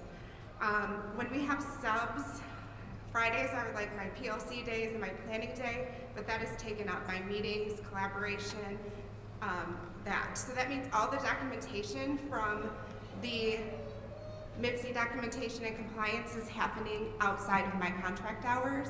This is happening for many of our staff because when you have subs in buildings, all of that extra work is pushed out onto existing That's staff. time. Thank you. So Thank please you. take a look at it. All right, next we've got Seth Moore, and on deck we've got Dee Jones. Hi there, Seth Moore here. I am here tonight to urge you not to renew the contract of Dr. Roby. This is not about personality or politics. It's about leadership, accountability, and urgency. The superintendent is the district's chief executive. That role requires decisive leadership and the ability to act when problems are clear and immediate. Under Dr. Roby's leadership, those responsibilities have not been met. The board is aware of multiple investigations involving senior leadership in the executive cabinet.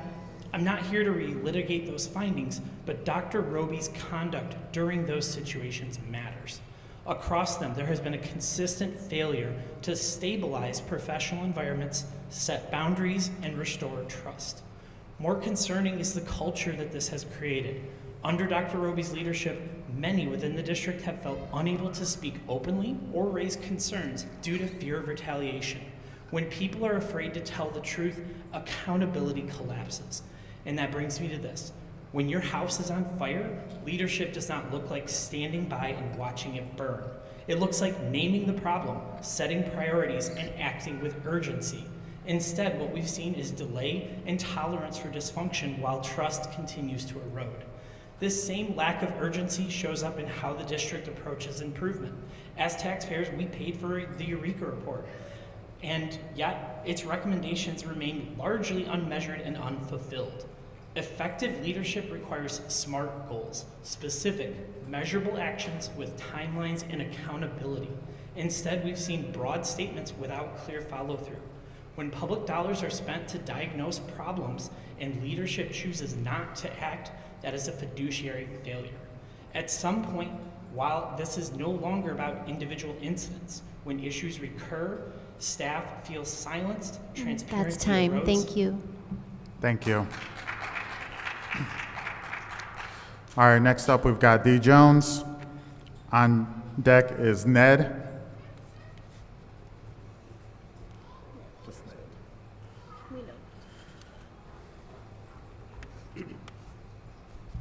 How y'all doing? Happy Black History. Every day in America is Black History because they stole our history. So shout out to all the black people in here. It's Black History. First of all, I'd like to say, very excited to be able to work with you guys on increasing digital equity and opportunities for students. I'm actually working with the Urban League to bridge that digital divide. I'm actually working with the Urban League to actually do some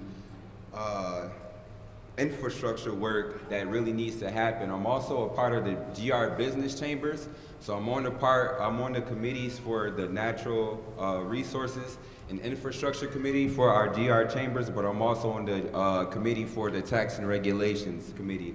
The reason I'm saying this is because people don't know, but Amway is short for the American way. And the American way is really the African American way. And so I am really getting to the core infrastructure of the systematic issues that is affecting our community, our school district, and having the hard conversations, holding these billionaires and people accountable at the chamber level. I'm also looking forward to continuously working with you guys on a co-op program. I ran into Kettering University as I was doing the auto show at the DeVos place, and they were literally right across from me. I spoke to Kettering University. They have a co-op program where students can be on an esports scholarship or a traditional sports scholarship, but those two students would do their first year and a half of college, and then they would actually get paid 55 to 75K plus doing the same work that they do for the profession that they're trying to get in. So if that job is in Atlanta, if it's in Houston, if it's in Chicago, if it's in another state, they pay for the housing and they also get paid to do those jobs and careers. So I'm looking to actually help you guys enhance the infrastructure. But I like to get paid for some of this stuff because I have been doing this for a long time. I've been giving you guys free educational equity and programs, and I've been helping increasing our scholarships and scholastic opportunities for students. So looking forward to helping you guys with the infrastructure. Thank you. Thank you. All right, next we've got Ned. On deck we've got Marshall Booker Jr.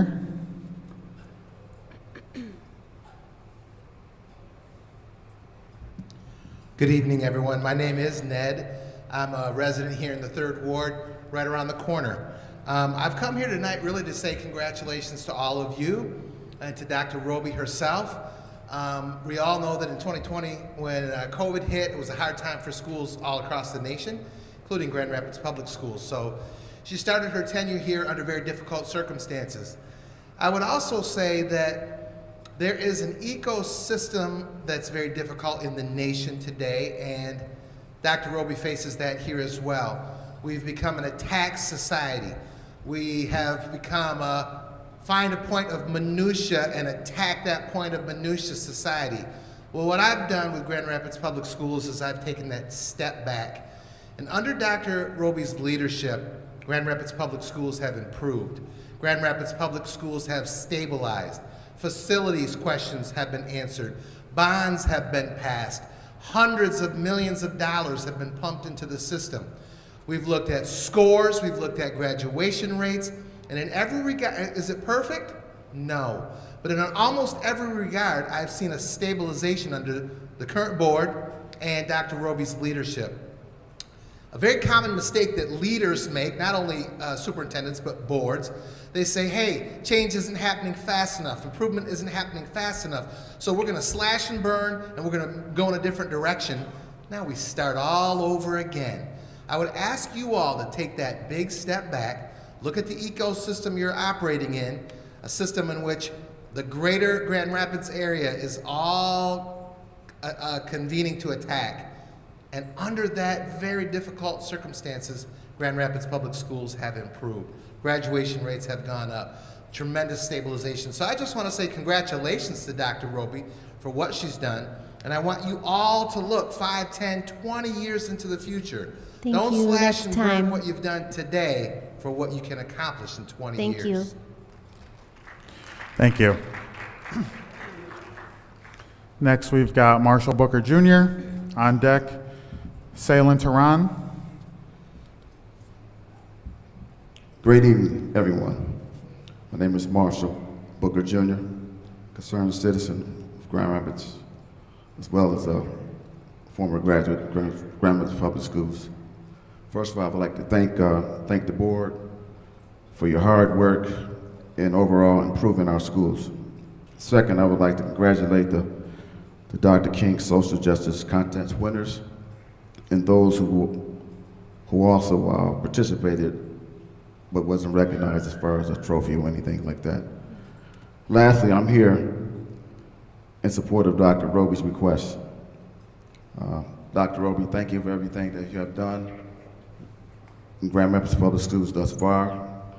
As was said earlier, when you came to our district, it was a lot of things that you inherited and that you eventually continue to fix, as well as your board. And so in closing, I would just like to thank you for your excellent leadership and support of our scholars, our teachers, and our staff. Thank you. Thank you very much. Salen Tehran is next. Frederica Brown is on deck. Hi, good evening. Salen Tehran from Grand Rapids Montessori. I'm here tonight to talk about the renewal or the 1-year contract vote. While I recognize and I agree with stability and a 1-year contract can possibly give us that while we're in search of a new superintendent, I do want to push back slightly on a pay increase.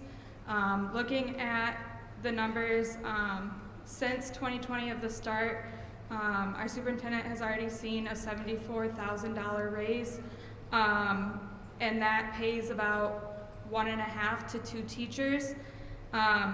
Understanding that there was a pay freeze for this year, but that also included our security guards, our youth advocates, and our behavior specialists. Some of those people are our lowest paid staff members in the district, and majority of those staff members look like and are within the same ethnicity, race as our students, and we are still paying them unlivable wages. And they were put on this pay freeze as well. I want to see that be lifted before we see an increase of any sort for our top paid person in this district. As I would like to see that 3% or whatever percentage go towards maybe paying our parapros, our security, our behavior specialists, again, those that look like our students and our models for our students on the grounds, get a 6-day snow day paid for. All of us teachers get 6 days. The state allows 6 days of snow days, but after that 5th snow day, if we have another snow day, for example, this year, those staff members will not get paid for that day. And again, our lowest paid staff members right now. Thank you. Thank you. Thank you. Next, we've got Frederica Brown. On deck, Jane Neiman.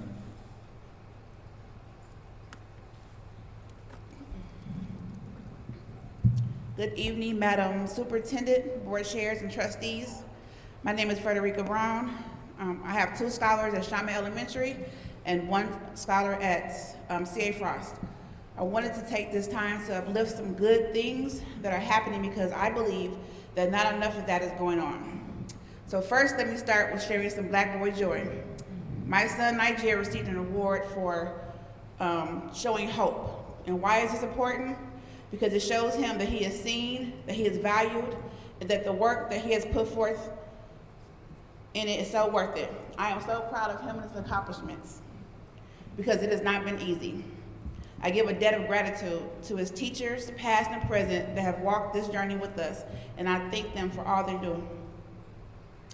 Now I would like to uplift something that I believe is very important, but not talked about enough.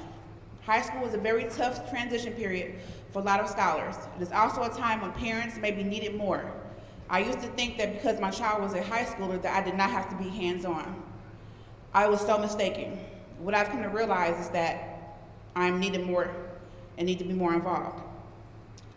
I needed my child to know that if he was struggling in a certain subject, he has support from his school. I also want him to know that he is not alone and that I will do what I can to make sure he is successful. I am thankful that the staff at CA Frost I am thankful that I was able to share my concerns to the staff at CA Frost and know how and when to ask for help. I am grateful for them and all they do. Now, I would like to encourage parents, caregivers, and students and alumni alike to share positive stories uplifting their school, past or present. Use the hashtag #RepYourSchoolGR and show how and what makes your school unique and show your school pride. Thank you. Thank you. Thank you. Next up, we've got Jane Neiman. On deck, we've got Mary Beth Jelks.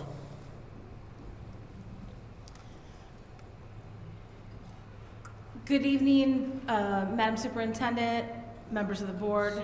My name is Jane Neiman. I speak to you today on behalf of the Grand Rapids Educational Association as their Vice President and Grievance Chair. And I want to speak to a couple of things. First, I would like to shout out Kelly Green, Executive Director of the Northwest Quadrant. I had a wonderful conversation with her this afternoon, and we seem to be on the same page. I also want to shout out Michelle Dexter.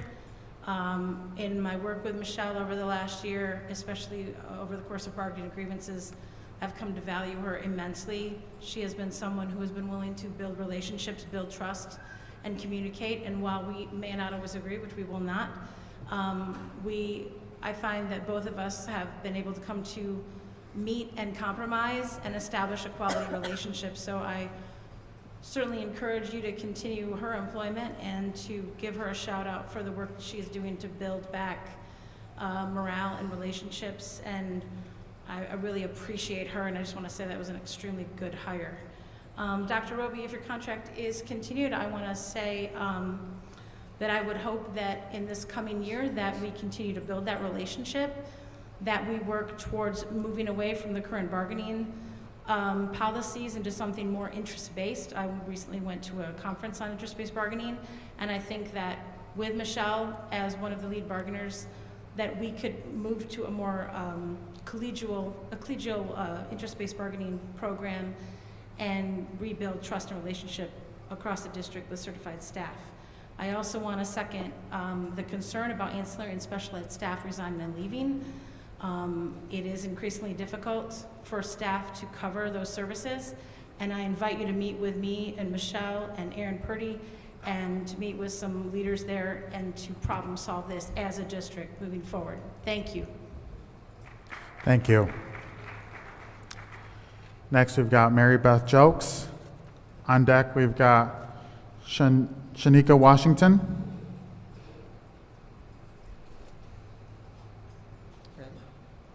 My name is Mary Beth Jelks. I come to you in support of your consideration of extending Dr. Roby's contract. And I say that and make that recommendation based on my expertise as an employment lawyer I'm a retired executive from the city of Grand Rapids. I have worked with, as a volunteer, my husband who's a professor, we've been volunteers for the school district since 1983. When we came, there had just been a big scandal with the then superintendent, and over the last 40 years, really the school district has been plagued with constant turnover of leadership. And I think that you all have some big ticket items right now that are pending, in addition to distribution and selling or whatever you're gonna do, alternative repurposing of your properties, which you should give very thoughtful consideration how that's being done. Others have done it, and some of them have taken a short-term, long-term view. That results in different strategies. But anyway, the main point is that I want to make is it is very disruptive and has been one of the downfalls of retaining continuity of leadership in this school district. And if you have an opportunity to do a one-year extension, you should do that. If my memory serves correctly, you have a sinking fund millage coming up. You have some big things that gets destabilized with having a change of leadership this year. So I'm just suggesting to you, as somebody who has loved and cared about and contributed many hours of time as a volunteer, even when our kids were in private school, we were volunteers because we know how important a public school is to democracy, to these kids' life. Thank you. That's time. Thank you. Thank you. Shanika Washington, and then on deck, Caitlin Homewood.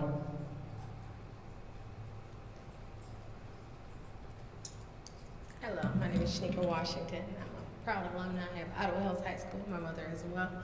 And I want to kind of talk to you guys about the sporting and what's kind of going on. We've been having issues with the athletic director and coaches not taking opportunities to get these girls better, and we're offering opportunities for coaches and trainers to come in to train the girls at no cost at all whatsoever. I tell them, we understand what sports mean for our community and how it helps our children, and how some kids only work hard to keep their grades up because they want to do those sports. So it means a lot. And for us to be hiring coaches that have never coached over coaches that have worked with children from the past years that wanted to come in, and we're denying those coaches, and we have no valid reason as to why those coaches can't work here. We have no valid reason why we can't have trainers come in that parents are willing to pay out of pocket for to make sure that our girls can win. Our game last week, varsity girls scored 7 points in 4 quarters. And our athletic directors and our coaches are telling our children that winning isn't everything. When literally the goal in life is to win. I understand that we can't win every game. There will be some losses, but we should not be leading with winning it isn't everything, because we're literally defeating our girls before they go out on that court. We're telling our girls that they're going up against the best. If we're telling our girls they're going up against the best, that means that they cannot be the best. So again, we are defeating our children and tearing our children down before they even step out on that courtroom. That's not fair, and it's not acceptable. We want better for our children. We have coaches that are willing to come and volunteer that are already on board working for GRPS, and those coaches aren't being allowed to come in and coach and train for free. If we are willing to, and we want these kids to win, then we need to do that. The athletic director is seeing cheating. That's and we're not time. speaking Thank up. you. So we just want some change. Thank you. Thank you. All right, Caitlin Homewood is next, and Eric Brown is on deck. Good evening, all. Congrats to those holding new positions. My name is Caitlin Homewood, and I'm here to speak to you today regarding the superintendent's request for a 1-year contract extension with a reported original ask of a 7.5% increase. This request comes from one of the highest paid superintendents in our county, while key district commitments have remained unmet, such as Eureka report follow-through, staffing instability, unclear ICE protocols, and some of the lowest paid teachers and support staff in the county. Stability and consistency matters, but stability without measurable improvement is not success. While students face ongoing instability in staffing, services, and school conditions, this district likes to tout its achievements, but not its areas of need or vulnerability. 80% of our graduates are not proficient, and there are significant racial disparities in student outcomes right now in our schools.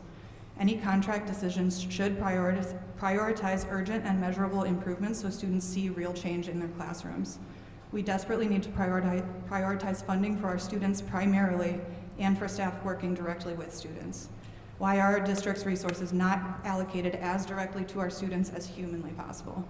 For those who are unaware, the superintendent's salary was $220,000 in 2020, $234,465 in 2022, and $294,404 in 2024.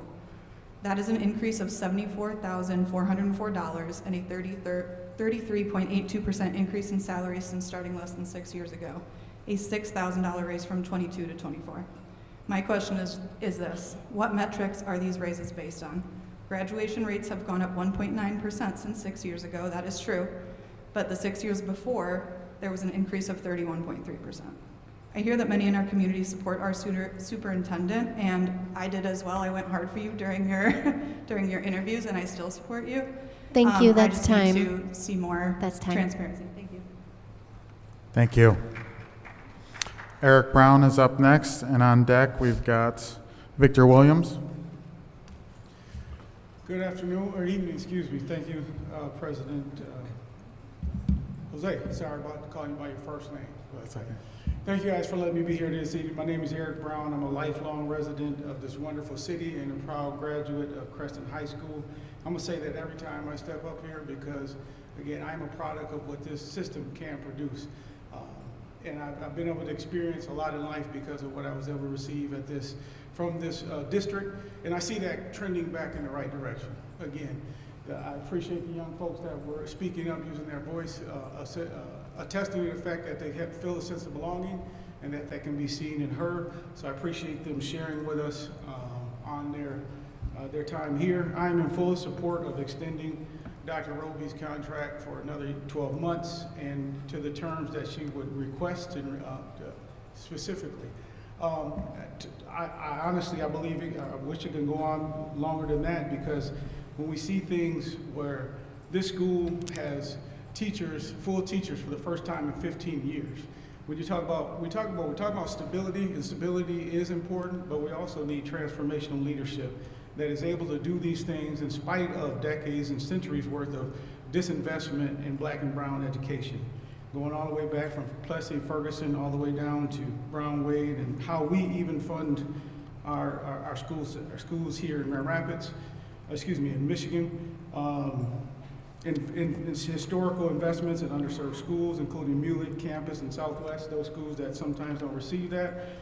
Highest graduation rate in decades, topping the statewide average for the first time. Standardized scores are going up. These are all tangible measurements of what the progress and success that has happened during Dr. Roby and the board's transformational leadership. So we are in full support of her continuing. Thank you. Thank you. Thank you. All right, next we've got Victor Williams. On deck we've got Erica.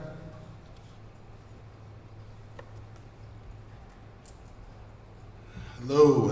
Let me co-sign what my Polar Bear teammate just said. Got a shout out on Polar Bear too, man. Thank you. Proud alumni of GRPS, and he laid out all the facts for you. Like for folks that have been here lifelong, born and raised here in Grand Rapids, students of GRPS, we've seen it over and over again. You heard Dr. Jones get up here and say that the problem with GRPS is the turnover. You can't get superintendents to stay. We keep starting over from scratch. Superintendents at East Grand Rapids are there for 25 years, but we can't keep a superintendent because we want everything to be perfect. Everything's not going to be perfect. You have to give people time to work through the kinks. She came here during COVID, one of the worst, most turbulent times in this nation's history. Terrible time to start a job, but she essentially stopped a Titanic ship from hitting the iceberg. You guys may have not been paying attention. I was here, I watched almost the entire administration jump ship at one time, kind of leaving this district in limbo, and she was starting here. She started from scratch, almost with nothing, had to figure it out on her own, coming from an entirely different state, and she's turned this ship around. She stopped the school district from destruction. And for the first time, like they said, the numbers are up, we're doing great. You gotta give her time to improve on other areas. Is she perfect? No, there's things that I'd like to see that are not being done yet, but I'm happy with where we are. I'm happy with seeing Ottawa Hills with, teachers in the classroom for the first time in 10 years. That's insane that it took 10 years somebody to come along and make that happen, that our students went without that for so long. That's but time. she's Thank here, you. And it happened. Keep Dr. Roby, beg her to stay longer than 1 year. Thank you. Thank you. Erica's next, and then we've got Daniel Smith on deck.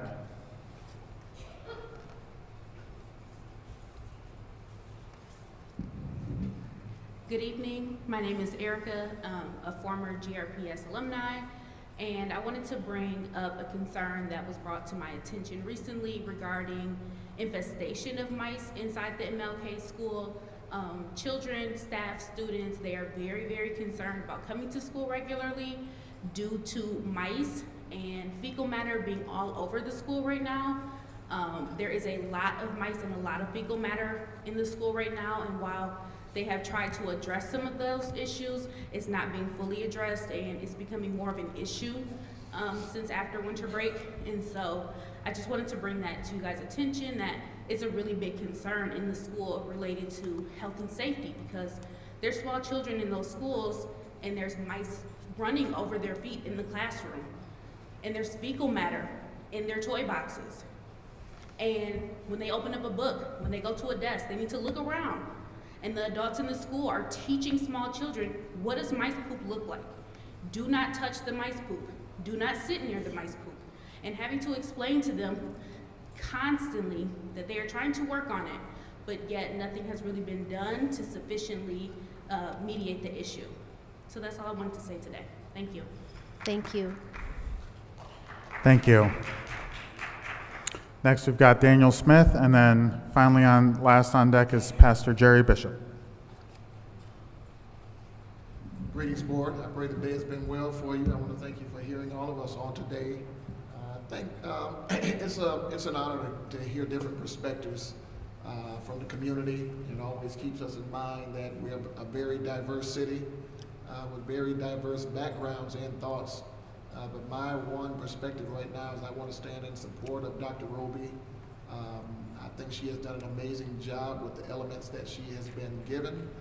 And as far as the board, you have some great decisions that are coming forth. I'm asking you to consider that those decisions be data-driven as opposed to feelings-driven.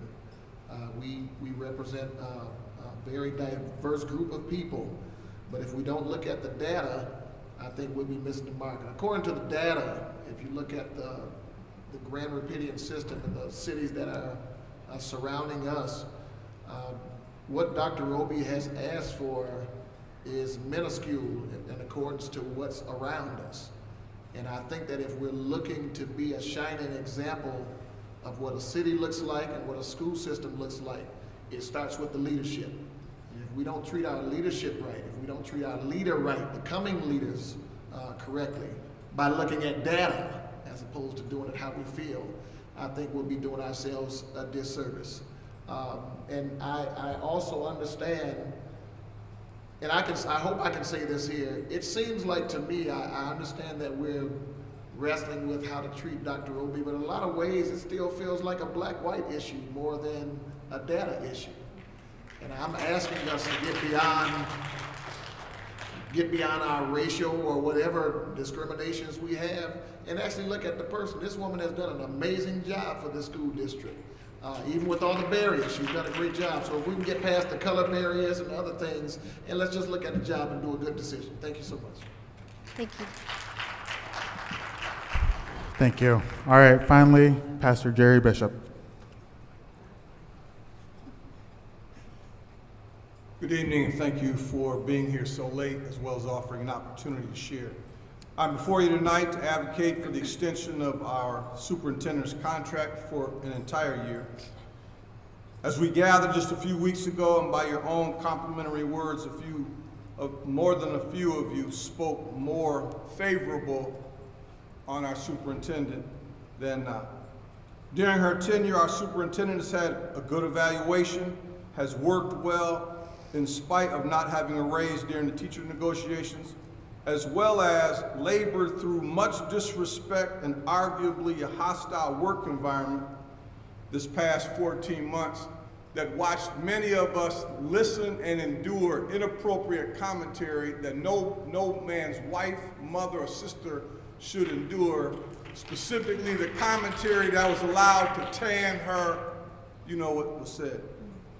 It would also be my hope that this last segment of her contract that we would recognize the need for the continuity to not be a public embarrassment to our district by not renewing the contract of our superintendent, which would hinder the recruitment of an adequate replacement.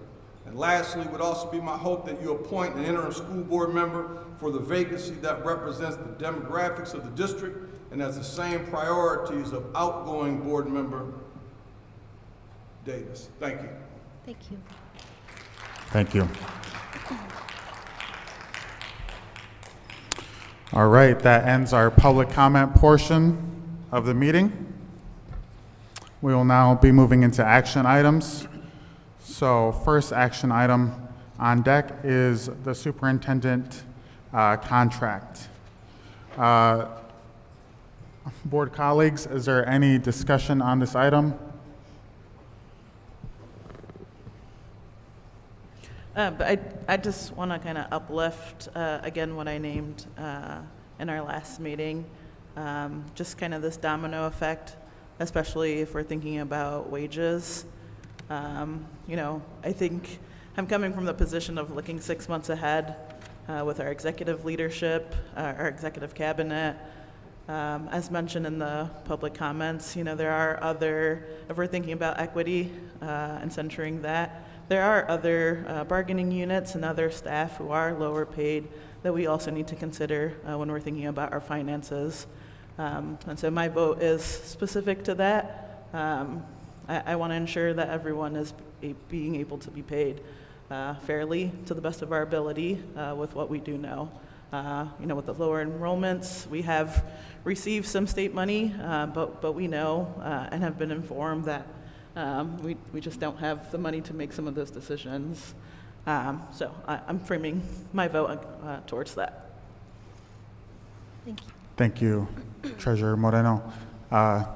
Any other comments, questions? All right, seeing none, we will move to a vote. Do I have a motion to approve the superintendent contract as written? So moved. Was that Wade? Okay.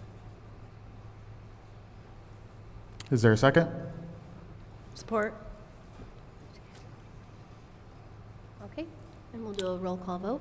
Yes, I think that is appropriate at this moment. All right, so Trustee Buchek? Yes. Secretary Kilpatrick, nay. Trustee Melton, excused. Treasurer Moreno? Nay. VP Wade? Yes. Trustee Williams? Yes. Trustee Williamson? Yes. President Rodriguez? Yes. The motion passes. All right. We are moving on to a resolution authorizing public entity membership in the West Michigan Health Insurance Pool. Is there any discussion on this item? All right, seeing none, do I have a motion to approve? So moved. Support. All right, all those in favor? Aye. Aye. Any opposed? That motion passes. Next, we've got purchasing agenda. Is there any discussion on the purchasing agenda for today?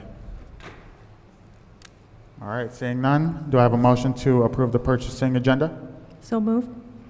Support. All those in favor? Aye. Any opposed? All right, that motion passes. Next, we've got the adoption of Budget Amendment 1 for the General Operating Fund. Is there any comments on that, colleagues? All right, seeing none, is there a motion to approve? So moved. Support. Was that Moreno support? Yes. It was. Okay, Yep. thank you. All right, all those in favor? Aye. Any opposed? That motion passes.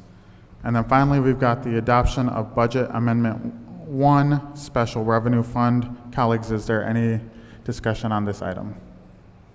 Seeing none, do I have a motion to approve? So moved. Support. All right, all those in favor? Aye. Any opposed? All right.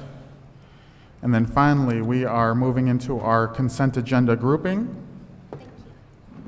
Thank you, scholar representatives. We hope you have a good night. Good night. We are moving into our consent agenda grouping that is 13.1 to 17.0 on our agenda. Do I have a motion to approve? So moved. Support. All right, all those in favor? Aye. Any opposed? That motion passes. So, we will now be moving into our board vacancy appointment process. And I will have, I don't know if you want to get us started, Dr. Roby, to explain this process. So, good evening once again. And what we want to make sure that we are doing as part, or what the board will be doing as part of this process, is to look at each of the viable candidates. We had a total of 20 community members who met the requirements to be considered for this vacant position. This position is former board trustee Mr. Art Davis' position, who has stepped down from this role. And in that, this position will go from February through December of 2026. His position, because we do have an election coming up in November, it will be open for a 2-year term, which would be the completion of his term November. So if there are other folks who are interested in that 2-year term, they will follow that process. But for tonight, what we're doing is looking at the candidates that, or the folks who submitted their names for positions, and each board member has been asked to rank their top 4, I think? 6. Top 6, thank you. We did have 20 candidates. One candidate did remove their name from consideration, so we are looking at 19. In previous, just a little bit of a history, in previous roles, board members, when a seat has been vacated, usually between 3 to 5 candidates are considered. And right now, all of the folks that are listed by letter, alphabetical letter. And what you'll hear tonight as part of the discussion is the person's alphabetical letter assignment. And then once the board comes to a consensus of who they would like to extend an interview for, then we'll name those people publicly. We felt that it was most important to allow the privacy of all those folks that were being considered. Our ask of the board, as you're talking about the potential candidates, that you lift up the most positive things, and then also keeping in regard to what our current board norms are, who fits those norms, who could speak to those types of things, and lift up the positives of each candidate. What I'm going to pass out to everyone, and I'll just share really briefly, it's the selection should be around policy and analysis and critical thinking, demonstrates values of diversity, inclusion, and equity, brings a new perspective, somebody who might be currently underrepresented by, on our current board, connection and familiarity with GRPS, and a belief in public education, a team player, leadership, collaboration, community involvement, educational advocacy, and understanding the factors related to academic achievement. And so I'm going to pass those out. Should I just 3 more? 2 more? Do you have enough? Okay. And my recommendation, I'm sorry. My recommendation as you all go through this process is, again, to look at the candidates that you selected and your rank order of where you put them, and then to be able to speak on the positives of each candidate. Ms. Anderson will be keeping tally of the top 6. Amber will. Yep. Ms. Kilpatrick will, sorry. Yep. Yeah, we're all just kind of, yep. Okay. Yep. All right. And so I will turn it over to President Rodriguez to lead us through this process. Thank you. And so, just for clarity, so only only Secretary Kilpatrick and I have this kind of, matrix, right? But as we discuss our top candidates, so we are going to start with number 1 as we get into that. But first, we can have an open discussion on how many candidates do we believe that we, should interview. What are some of the good qualities that they would bring to our board? And then finally, we will just go by rank order. And then Secretary Kilpatrick will fill out the matrix, so then we can kind of have a total. And then with that, we will decide our top candidates. And again, that will be up to the discretion of the board, how many candidates there are. Oh, that's. I have a question about what you just said. Are you saying we are just going on the total tally number of votes that we're getting? Because I think in the past when we've had issues.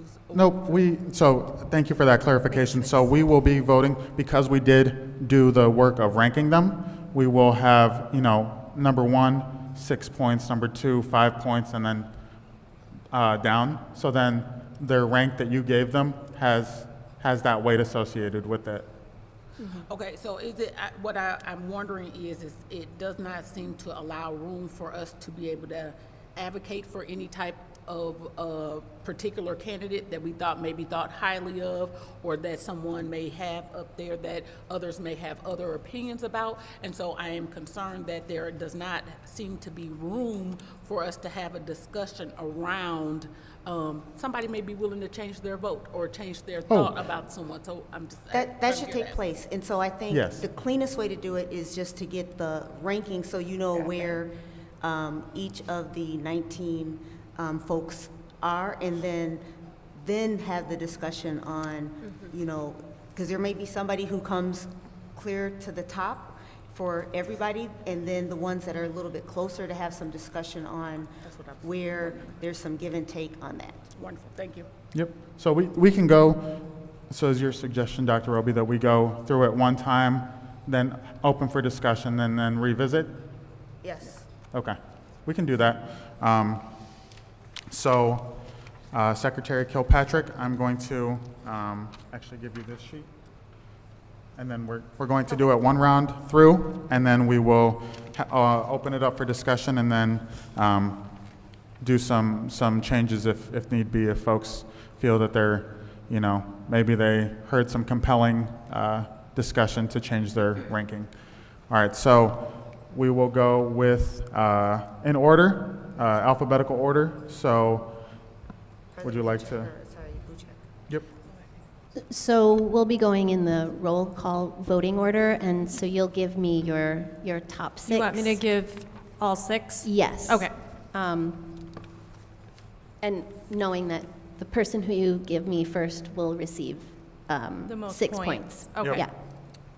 So, and also a reminder to speak to their letter, not their name. Yes. Yeah. Thank you.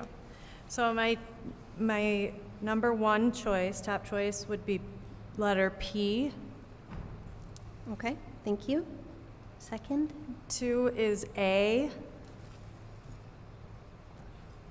3, M. Thank you.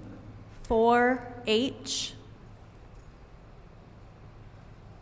5, B as in boy. B as in boy.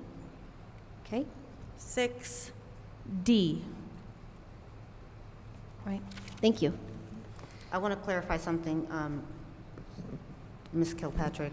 So that we're being consistent, if number 1, so it should be whatever the lowest score is then, right? Whatever the lowest score is. So her first choice receives 6 points. Yeah, Okay. on our paper, it says, please list your final candidate rankings with number 1 reflecting the strongest recommendation. Yeah. Yep. So it's Okay. backwards of how many It's a points little they backward. get. Yep. Yeah, that's why I'm saying, so it would be the lowest score. We're flipping it for them It to would have the actually highest be the points. highest Okay, score. okay. Yep.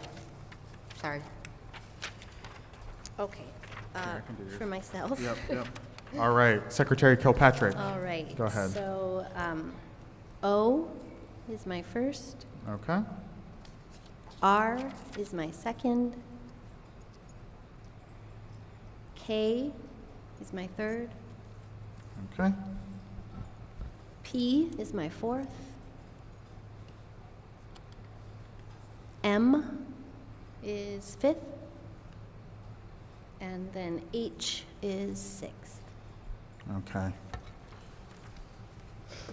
All right. Melton is All not right, available. Treasurer Moreno. R is my first. I'm sorry, say that again. R. R is your first. O as my second. M Okay. as my third. B as in boy for my fourth. P for my fifth. And H. I'm sorry, H was your final? Correct. Okay, thank you. All right, VP Wade. D is my first. Wait, sorry. Sorry, B or D? That is a P. Oh, that's a P! P is your first, Sorry, a okay? P is my first. H is my second. G is my third. M is my fourth. R is my fifth, and A is my sixth. A is what was fifth? Okay. 5 is R. 5 is R. Okay. And Yes. 6? A. A. Okay, thank you. All right, Trustee Williams. I have 4. I do not have 6. Okay. Okay. We can do P is number 1. A is number 2. G is number 3. And H is number 4. H. Henry. Thank you. All right, Trustee Williamson. My number 1 is P. Slowly. Okay. My number 2 is R. My number 3 is H. My number 4 is B. My number 5 is K. Okay. And my number 6 is T. All right. Thank you. What was the number? Trustee Williamson, do you mind going through that again? I Okay. missed a couple of them. Number 1 was P. Yep. 2 was R. 2 was R. 3 was H. 4 was B. 5 was K. And 6 was T. I think that gets me a bingo. Okay. All right. All right. President Rodriguez. All right, I've got number 1 is O. Okay. Number 2 is R. Okay. Number 3 is K.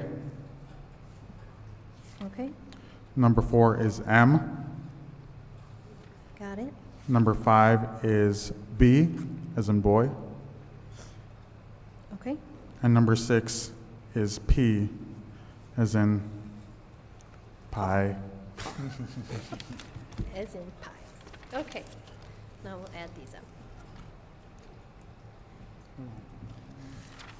So if you go across, Okay. Yep. you have a couple where they, if you look at it this way, Mhm. you have several that had some of the vote for them, Mhm. they rise Mhm. and it rises to the top. Okay, so now that we have ranked them for the first round, I will open it up for discussion. Colleagues, Could you you know. share out the totals? Yes, So that please. we have that? Yeah. I'm still tallying. All right, 1 second.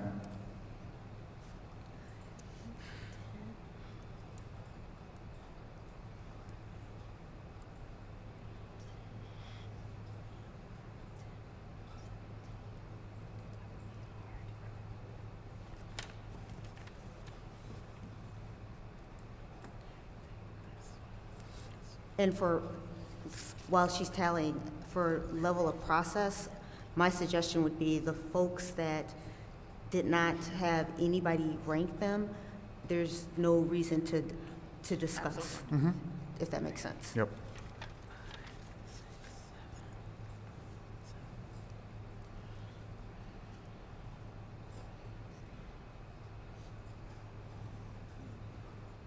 Okay.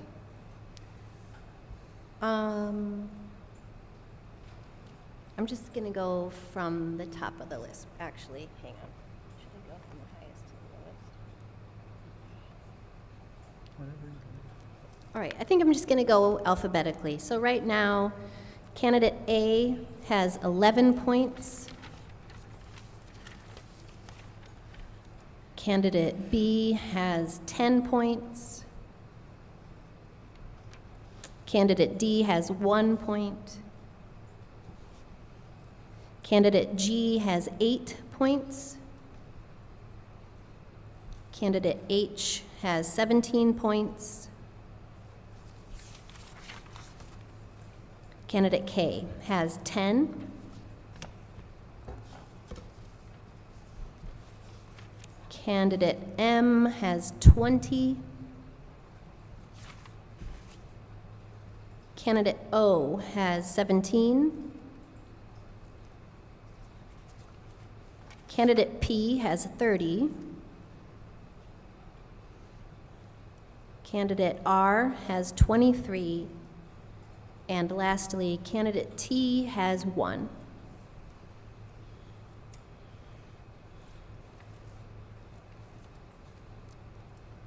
Okay, so as part of facilitation, does it make sense that for those that have the lowest point score, like the 1 point I think or so. 1 point, to eliminate? Are people comfortable with that? Or to give opportunity for those who did vote for those candidates to keep as part of the discussion?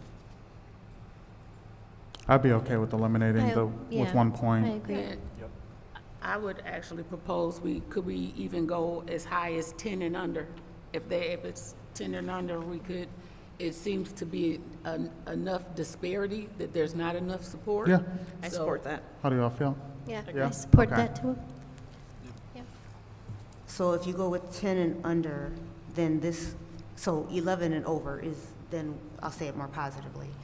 That's candidate A, candidate H, candidate K, candidate M, candidate O, candidate P, candidate R. I also have K with 10, so that would eliminate that one. Yeah. Did I say that wrong? K is Oh, yeah, I'm 10, sorry. yes, we would Okay, eliminate. You're right, sorry. So then I would think we'd have 1, Okay. 2, 3, 4, 5. So again, 6. that would be candidate A, Yep. candidate H, candidate M, candidate O, candidate P, candidate, R. Yes. So people have? Okay. Correct.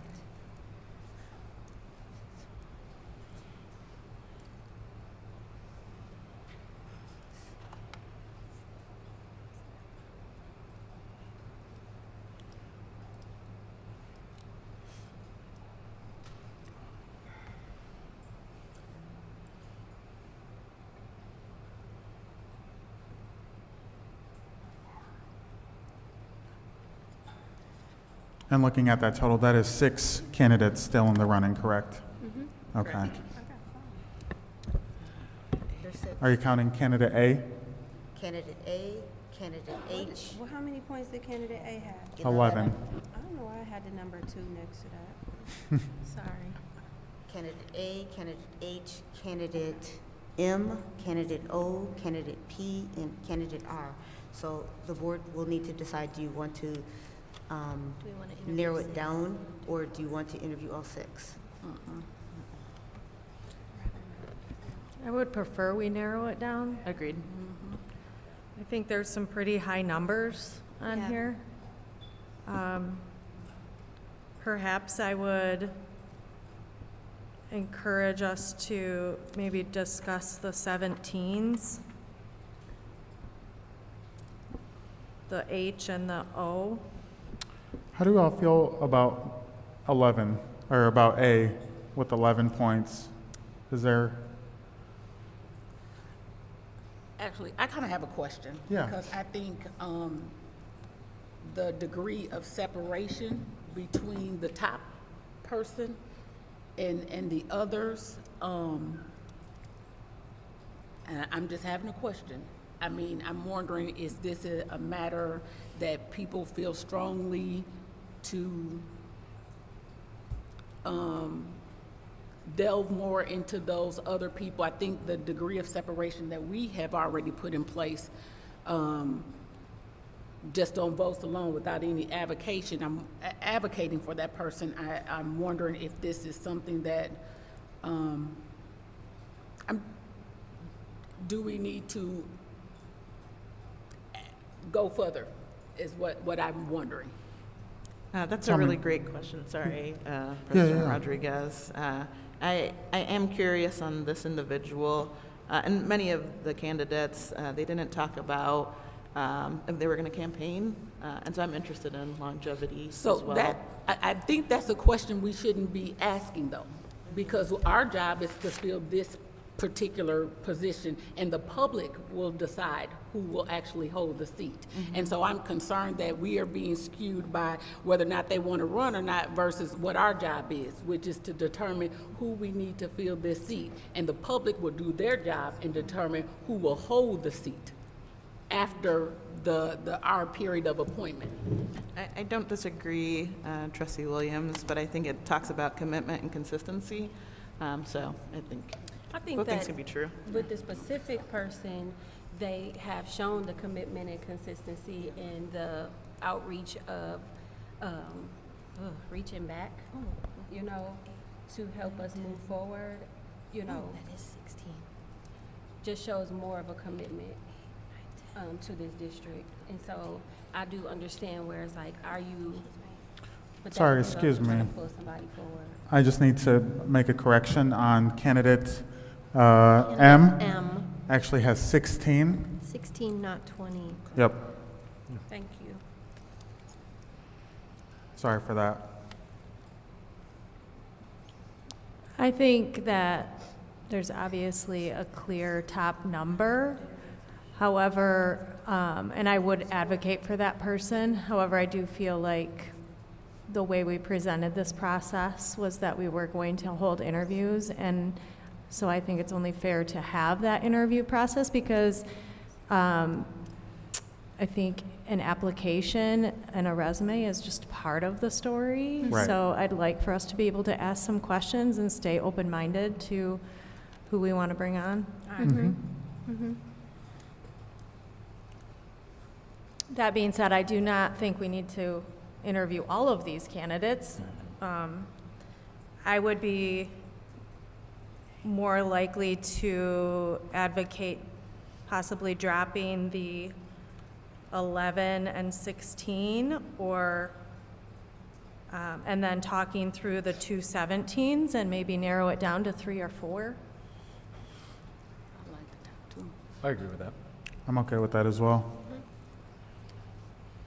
So again, I'm just going to advocate for, I believe the top two have sufficient separation between the rest, that if we would go forward, that I would look at the top two to interview versus all of the other ones. I think they're kind of running in there in the same race, and the top two have given sufficient separation number-wise from support of this board. If we did not have a colleague absent today, I would agree with you. We couldn't include her feedback because that would be voting by proxy through the Open Meetings Act. And so I would like to stay curious maybe with these top 4.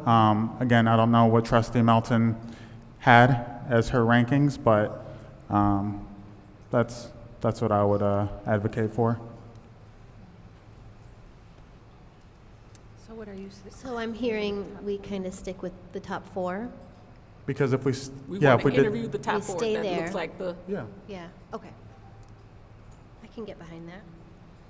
I'd be open to that. I'd also be open to having discussion around H and O, but both of those are options. I would like discussion around the two. I think the difference between the two and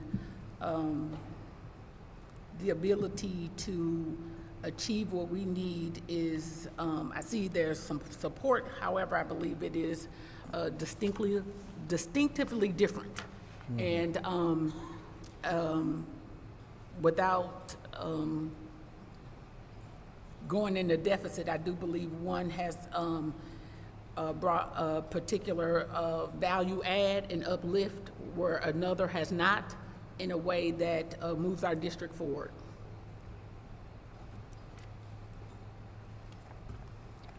I do like, I'm sorry. No, I was just going to say, I will receive that comment. I wish to only speak positively of all candidates, so thank you. Well, I'm comparing the two, a value add, because they both had the same No, number. yeah, Okay. yeah, thank you. Just a reminder. I'd like Exactly right. to advocate for H. This person brings something unique to the board, I believe.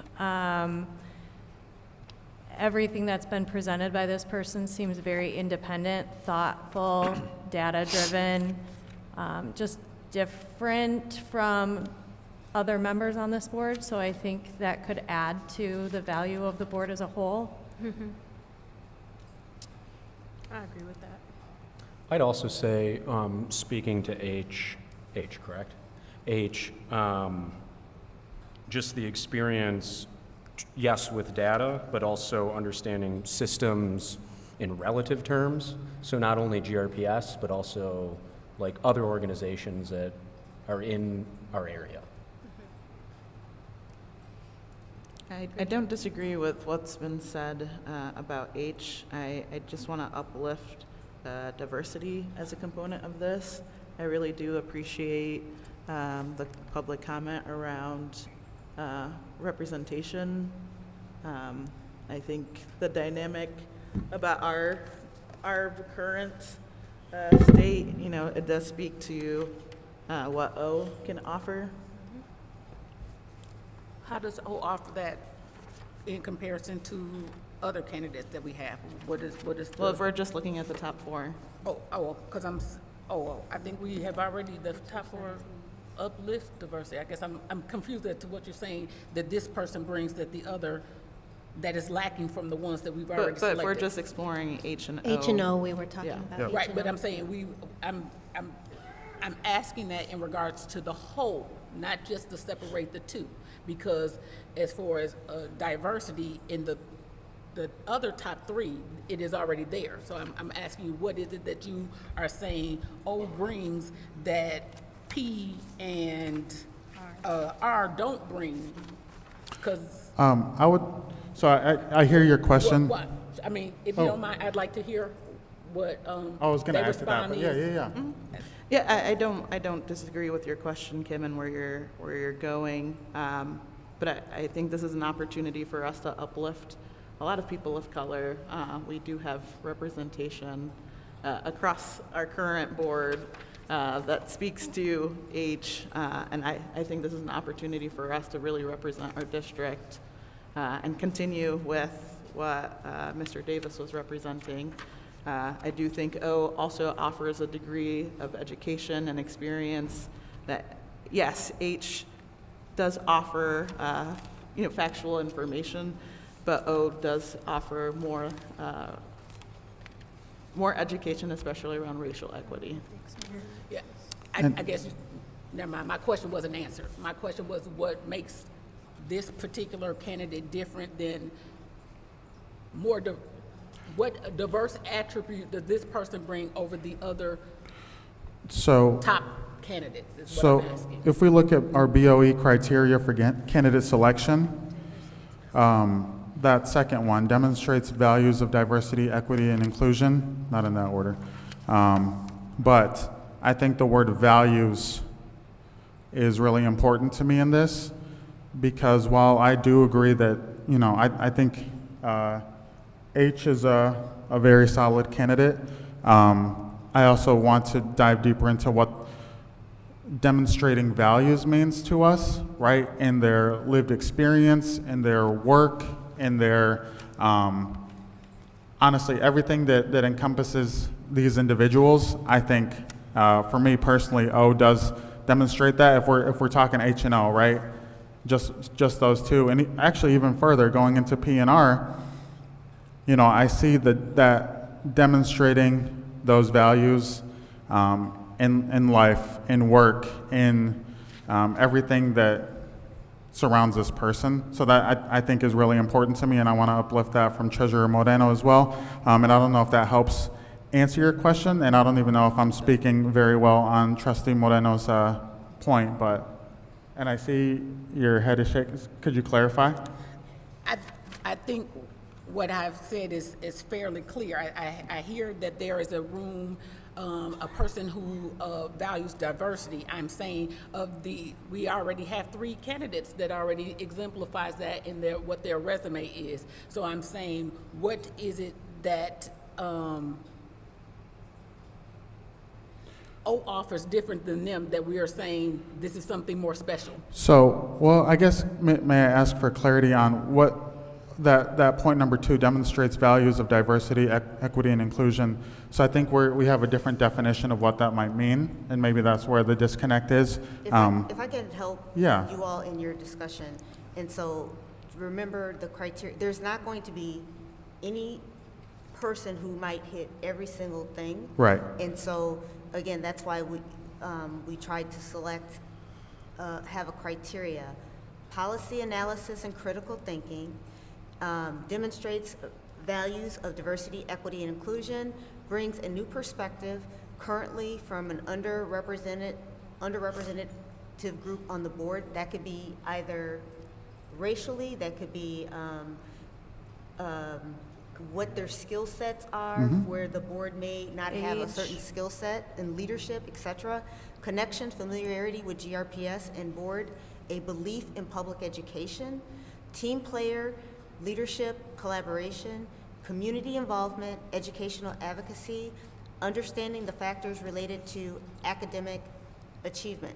And so keep in mind, as you all are making this selection, that and we're looking at people on paper. And I know that obviously you know some of the folks that are being considered, but also thinking about the role of governance and who is best to lift up the roles of governance related to the criteria that has been outlined. Yes. And thank you, Dr. Rowe, for that clarity. Go ahead. Sorry. O was not one of my options, but I do think that they do align with those. However, I advocate for H, and I'm also wondering, is this just a matter of interviewing 4 people? Right. Yeah, I was just going to say, could I move to just accept those top 4 as our interviewees? Yeah. And I don't know if we are going to, this is not a, Dr. Roby, are we voting on approving these 4? You will, so what you will vote on is, are you interviewing 3 people, 4 people, 2 people? Okay, perfect. And so, and then we will share however many you all are deciding. We will, first of all, share their names with them privately and then make an announcement. Because I don't want people to hear their names and not have a chance to say, I don't want to, or that I would like to continue in the process, or I don't want to be considered. So that would be my recommendation. I do have a question, though, with the way that you explained that. If someone declines and we're voting on interviewing 4, my only wonder is then, do we have to uplift another candidate? Or can we say these 4 people, if someone declines, we'll be interviewing 3? Let's word it like that. Yep. Yeah. Okay. Okay, so I hear Trustee Buchek say you made a motion that we are moving these specific 4 candidates, H, O, P, and R, to the interview process. Correct. Is that correct? Yes. Do I have a second? So moved. I mean, seconded, sorry. Yep. All right, all those in favor? Aye. Any opposed? All right, that motion passes. And so the next phase will be that we will reach out to them so that they know and then release their names. Does that sound fair? Are we keeping these, or No, will they we'll be collect those. left and then they'll be synthesized down to just the final? Wonderful. All right. Thank you, board colleagues, for doing that work. I really appreciate it. I know we all came to this with a lot of thought and intentionality behind it, and I appreciate that. May I ask a question, a clarity question around interview questions? Have those been identified? Yes. I see a nod, Dr. Roby. And so, go ahead. Yes, we have questions. I think Julie's coming up right Yep. now.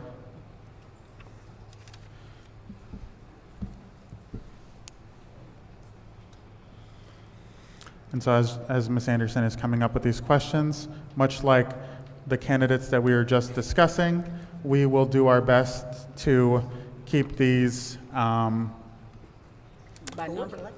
huh?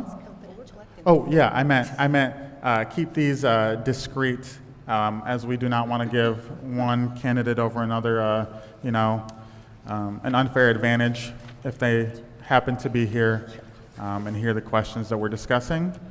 So as we talk about them, you may say, oh, I think, I really like one. I think that that's a very important, just as we did with the letters with candidates, let's just go by numbers with the questions as well.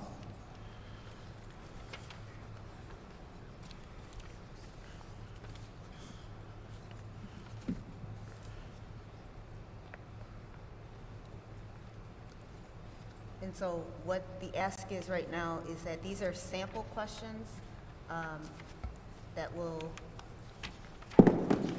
certainly do not suggest asking all of these questions, but if there are ones that you like more than others and that you feel are in alignment with some of the things that we've lifted up as far as the criteria, then those would be the questions that we utilize. Ideally, 8 to 10 questions would seem like an appropriate number, and you have, I think, 16 questions to choose from.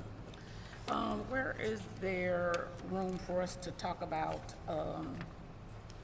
adding questions? I see that there's a 17. Yep, number 17. At 17, if there's something that you would like to be added. Right, I'm saying where's the room for us to discuss that, or how we That's a good address question. that? Because we don't want to, again, give it unfair Right. advantage, but yet at the same time, the board needs to decide on that as a collective. So, and at two things. These are sample questions that we think are appropriate, and so I'd like you to kind of look at those first and give feedback on those, and if there's something that is being missed, and I would say in a category related to achievement, governance, finance, community, if there's something that you feel like has not been targeted, then we can pull together some other questions.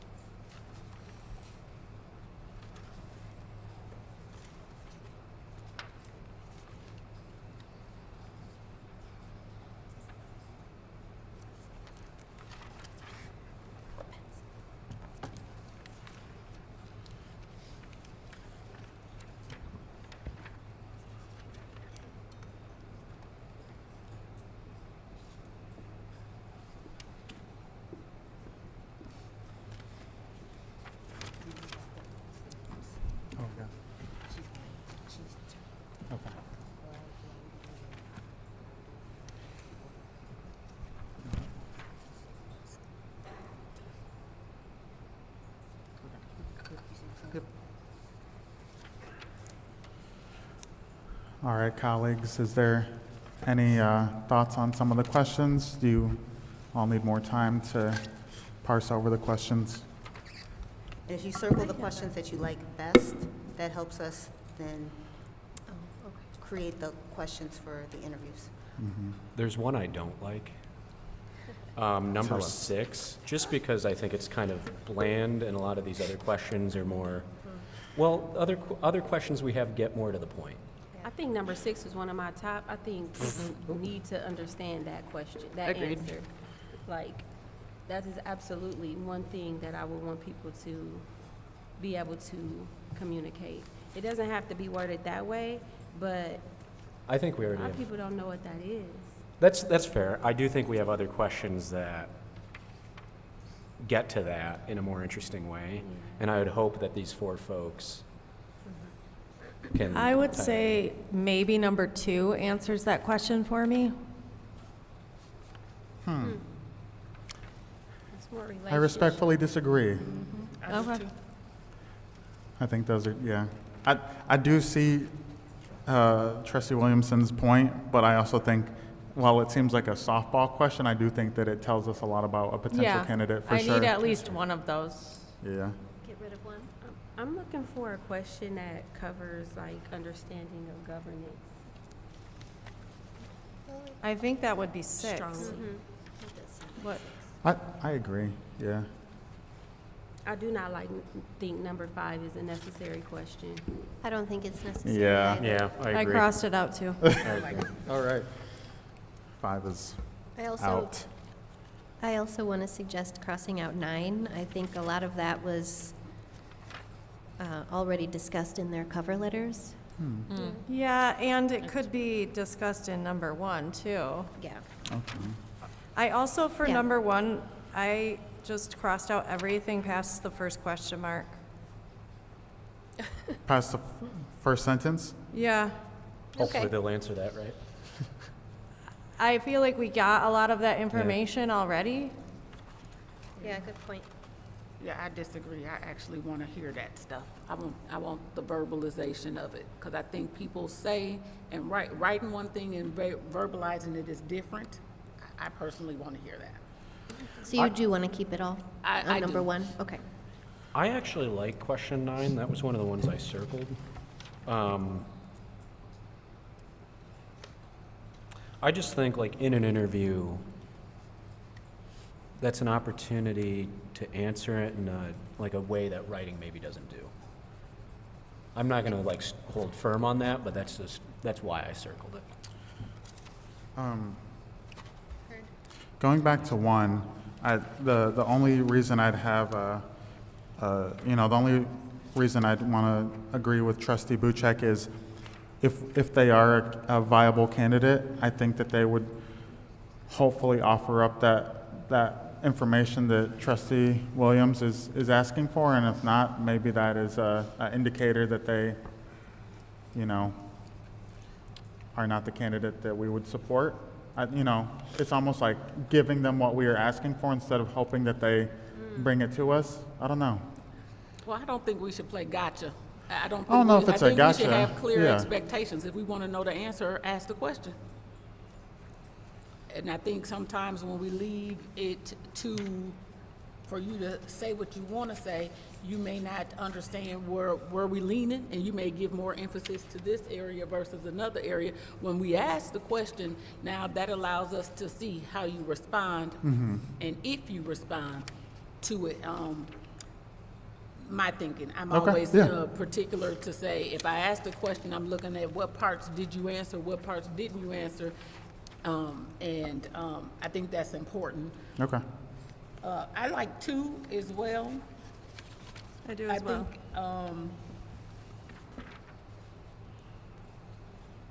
I think it partners with 6, but I think it's different at the same time. So I like 3. I think because it's someone stepping in for just the remainder of this Yeah. year, that's really important. I agree Right, with that. right. I agree. Yeah. I also like 2, and I'm wondering if that eliminates the need for 14. That's what I was going to ask. 14 reads the same as 2 to me. Yeah. 14. Yes, correct. Oh, yeah. Cross that off. Is that literally the same question? Similar, very similar. It's worded different. I mean, it's asking the same question different. I don't like 4. I didn't like 4. I feel like Yeah. that's something we would work on together. Yeah, that's Yeah. fair. I like that. I love go ahead. 15 and 16. I like them both. 16. I like 16. I like 16 as well. I was just going to ask VP Wade and Treasurer Moreno to give us some feedback about questions you like. I did. They have been. I have 15 and 16 start as I well. I ain't uplifted hear 'em 6 enough. and I I ain't hear 'em struck 5 personally. Yeah. And I also am looking at our board norms and just seeing if any of, like, if some of the board norms are covered in here, like, I see the will of the board in some of these questions.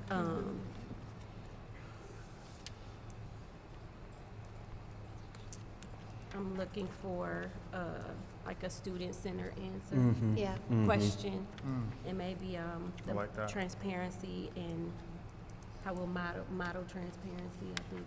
I agree with that.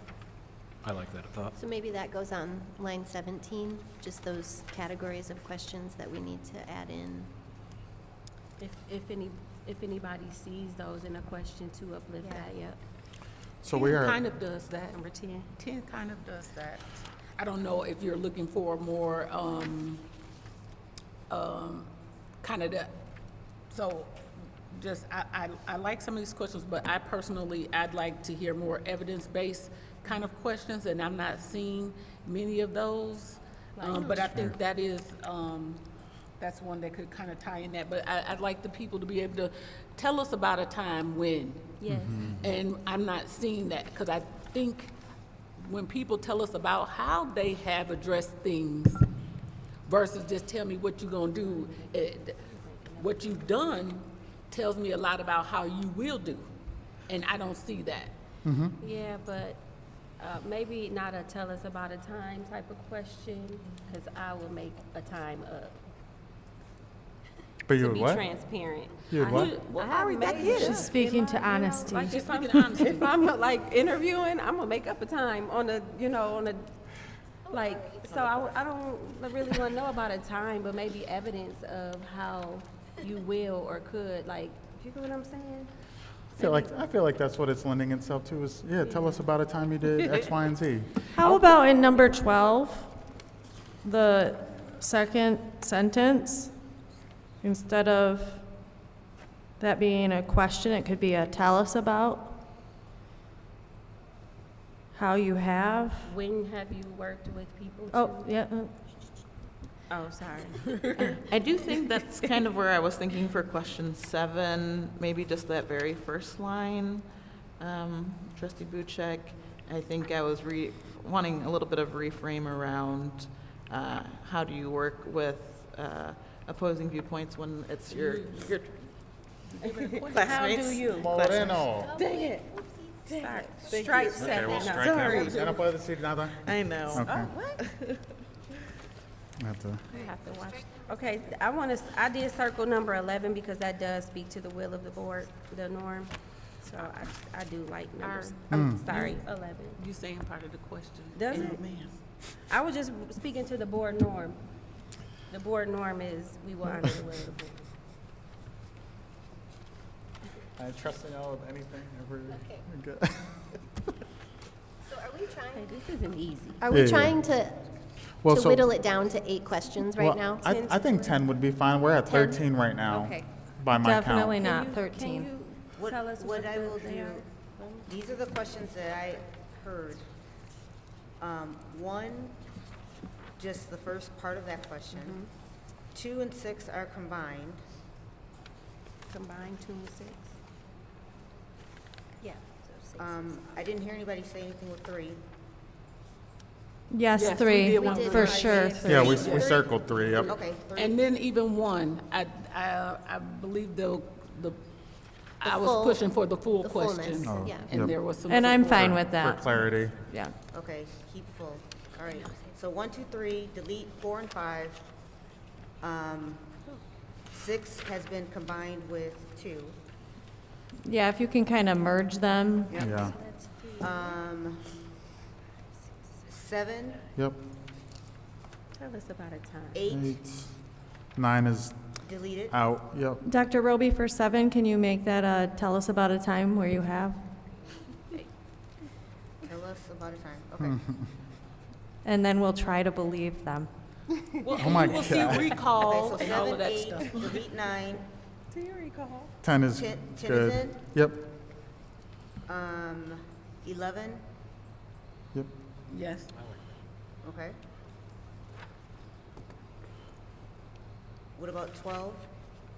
I think that was the one that Was that another tell us about a time? It I could think be. VP Wade wanted it to be, right? It could He become wanted that. that one to tell us about In it. regards to those skills mentioned. Yeah. How y'all feel about 13? No. No? Nah, okay. Delete? I don't think so either. I Yep. don't like 14.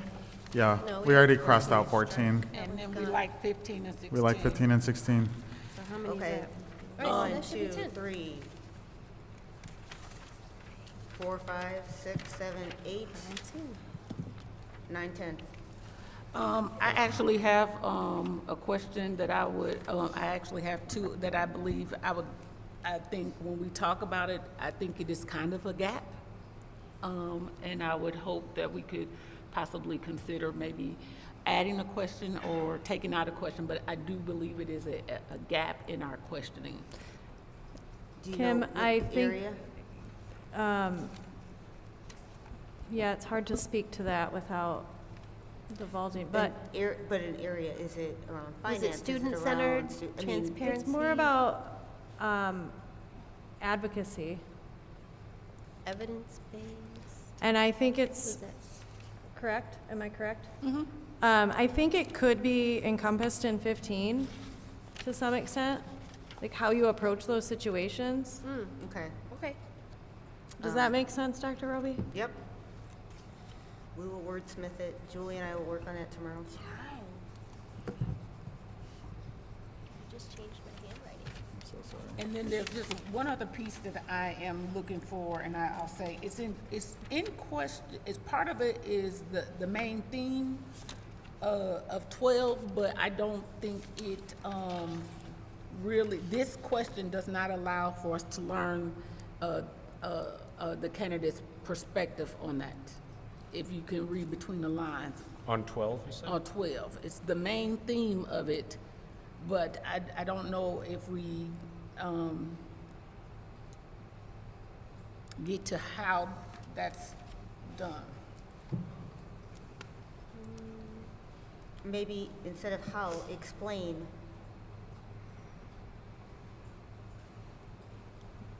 Are you asking for an example, or are you? Yeah, Oh. explain Wanting with to an change. example. So she's speaking to like the style that they might bring to those skills that are listed in 12. Oh, That second word in Yeah. in number 12. Second sentence, fourth word. Oh, second sentence. Oh, Jeez Louise. Good way to do that. Style of that. What's your style? oh, okay. I don't know what you're saying. But I think that No, I goes agree back with you. to the second word too, because I agree that with that. style will ultimately impact Okay. the second word. No, I think I agree with that. I hear what you're Ms. saying. Anderson, did you get all of that? I'm writing. Nah, it. I'm kidding, I'm kidding. Yeah. I've written it. I'm good, whatever else. Um, I'm not. It does.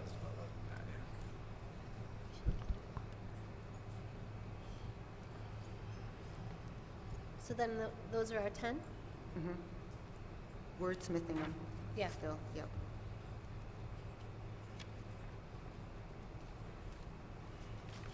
Okay.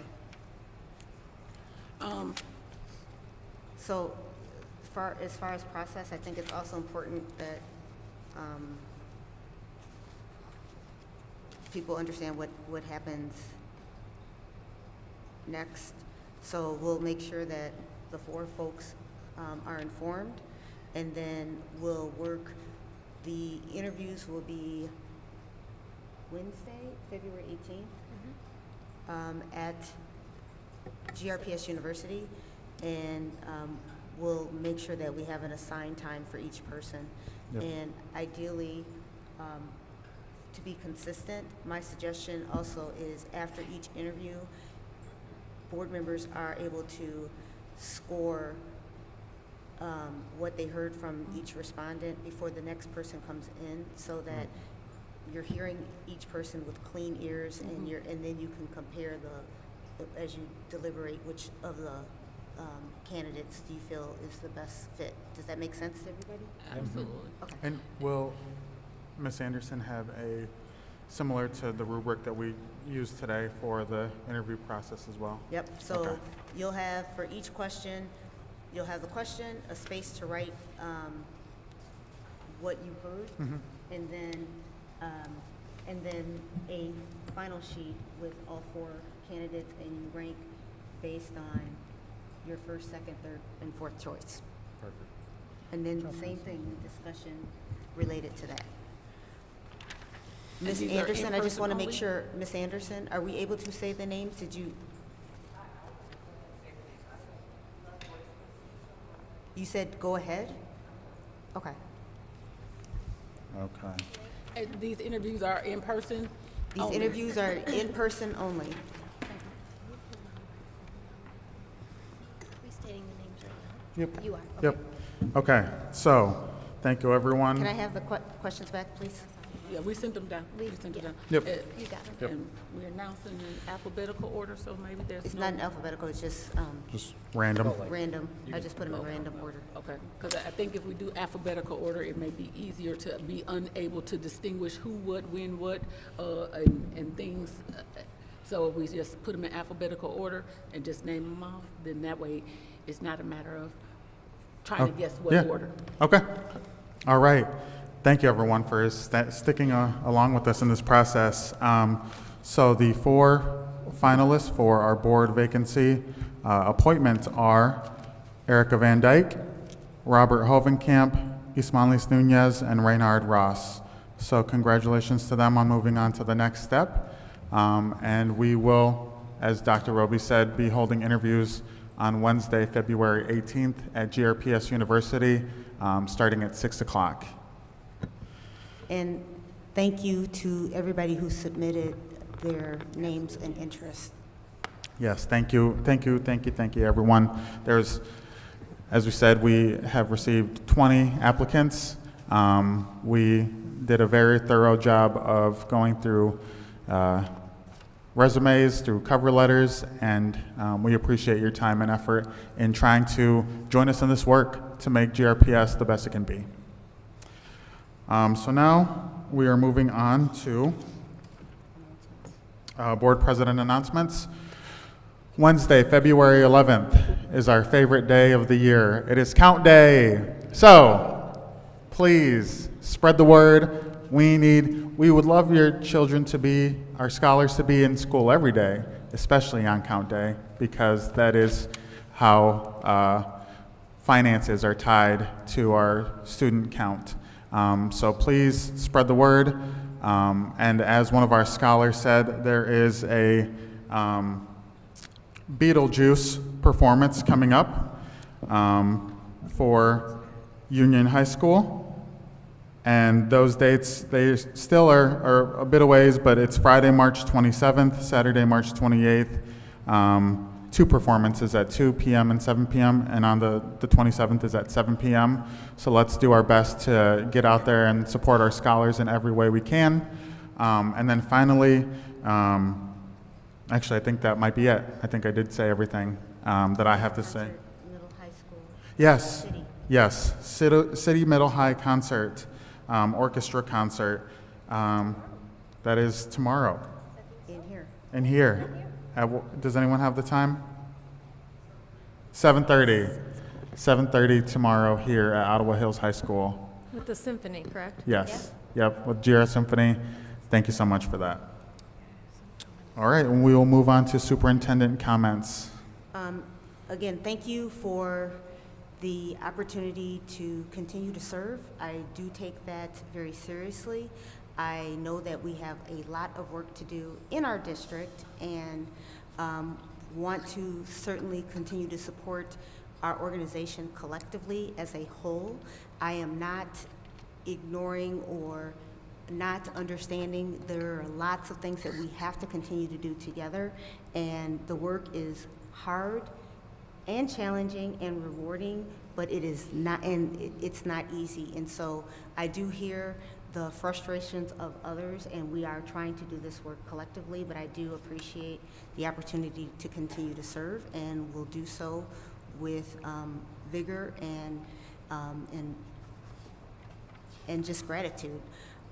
Also, I want to thank again our community for their support in wanting to fill the seat. It's a hard seat to fill as a board member. It is lots and lots of reading and work and other commitments, and so we don't take that lightly. And so for everybody who did apply, thank you for your interest in the district, and I'm looking forward to what happens in the next week.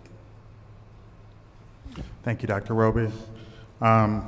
Next, we'll move to board member comments.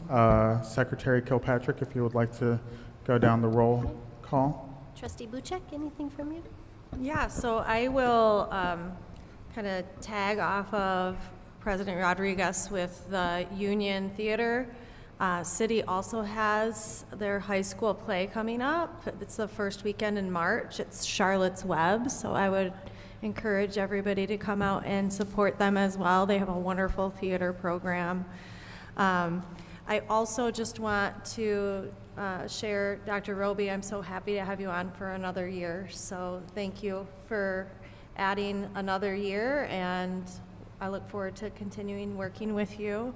And I was so impressed with how many people applied, so I'm just going to reiterate thank you to all of those that applied. And going through all of those applications this weekend, there were so many wonderful candidates. And I just would encourage all of those candidates to consider running in the election. The number of people that applied was like double what I've ever seen in an election, and I just feel like that's really encouraging that we have people that are still willing to step up for elected roles when we have so many, lack of better words, negative things going on in politics right now. So thank you for just putting yourself out there. Thank you. Now it's my turn. I want to say thank you to our scholars who stepped forward to give their public comment. Hearing youth voices is really important to me, to all of us, I know.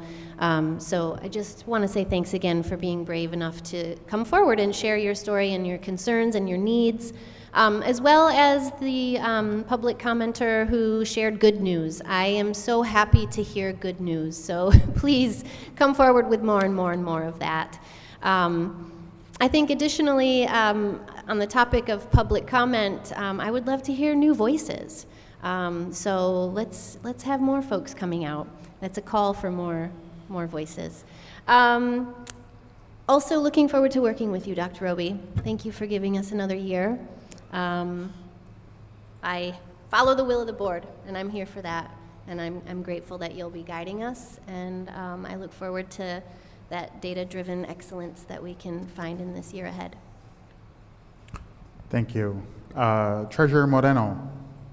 Just want to continue to uplift the trend we saw tonight around school pride.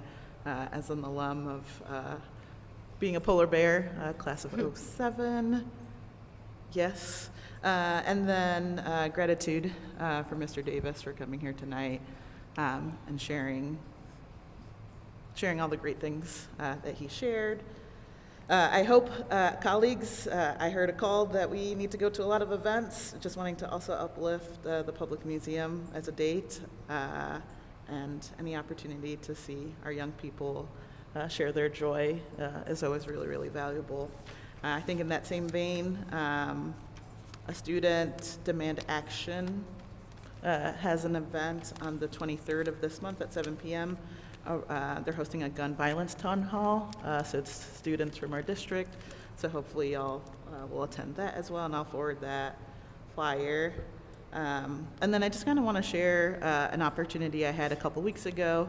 A group of leaders from our community got to go to Birmingham, Alabama, and the theme around the thing that stuck out the most was the danger of a single story. And we have spent, at least in my time here, talking about our collective story, and then oftentimes we only hear one perspective. And so, I want to continue to push us to offer the full narrative of things.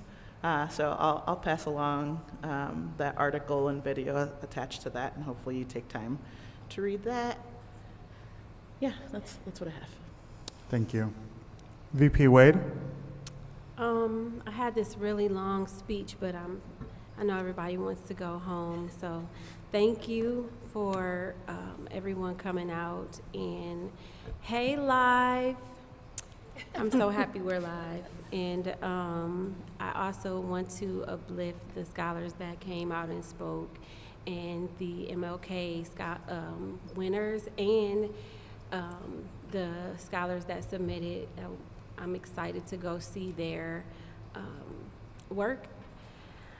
I am also hoping that somebody creates a calendar for all these things so I don't forget, because I do want to see the plays as well. And then also I'm just want to thank the community for coming out and supporting our superintendent and all of her work and uplifting the work she's done.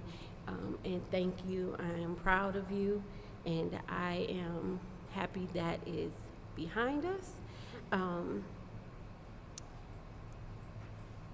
And congratulations to the board Candidates, yes. Congratulations to the candidates. Looking forward to hearing more from and about them each. Thank you. Trustee Williams? Just want to thank everyone for coming out and sticking with us tonight. And I do want to uplift the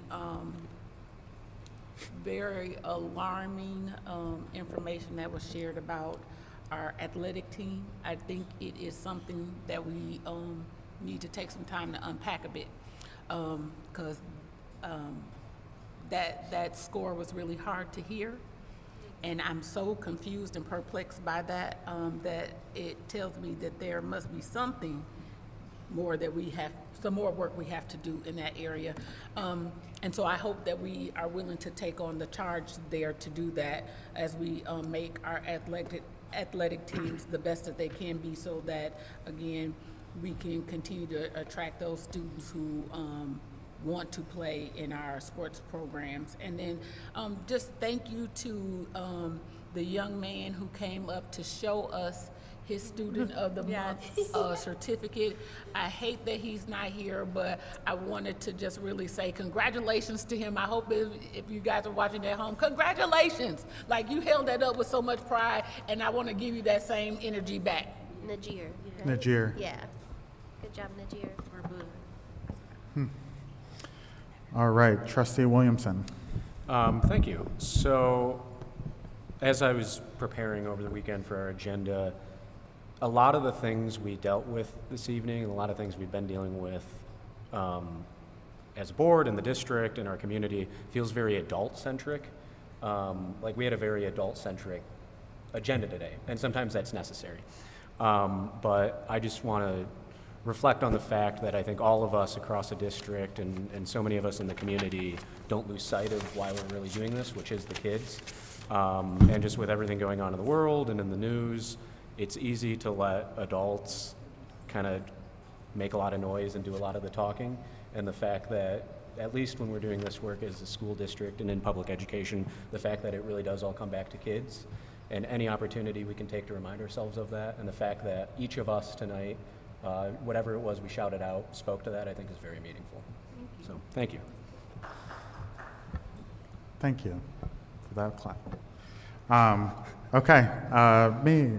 So Yeah, I mean, thank you. There's so many thank yous to be said. I'll keep it quick because I know we all want to go home, but thank you to our scholars, thank you to our board, thank you to our superintendent, thank you to, we did the Ottawa Hills Hall of Fame induction ceremony on Friday. Dr. Roby, Trustee Williams, VP Wade, and myself were there among some other staff as well. And just kind of to talk to your point, right? Like, we want to have these programs be as strong as possible because we see the resilience that folks had. We see the camaraderie that they had from decades and decades of success and just athleticism and opportunity. And so I just really want to continue that legacy as well.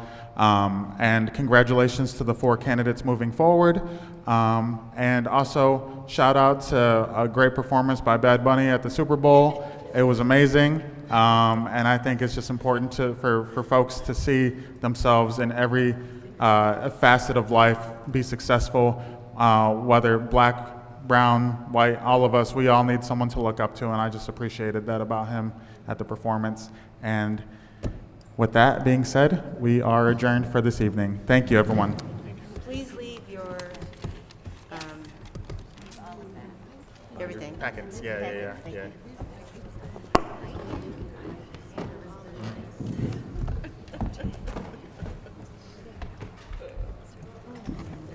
Thank you. Yes.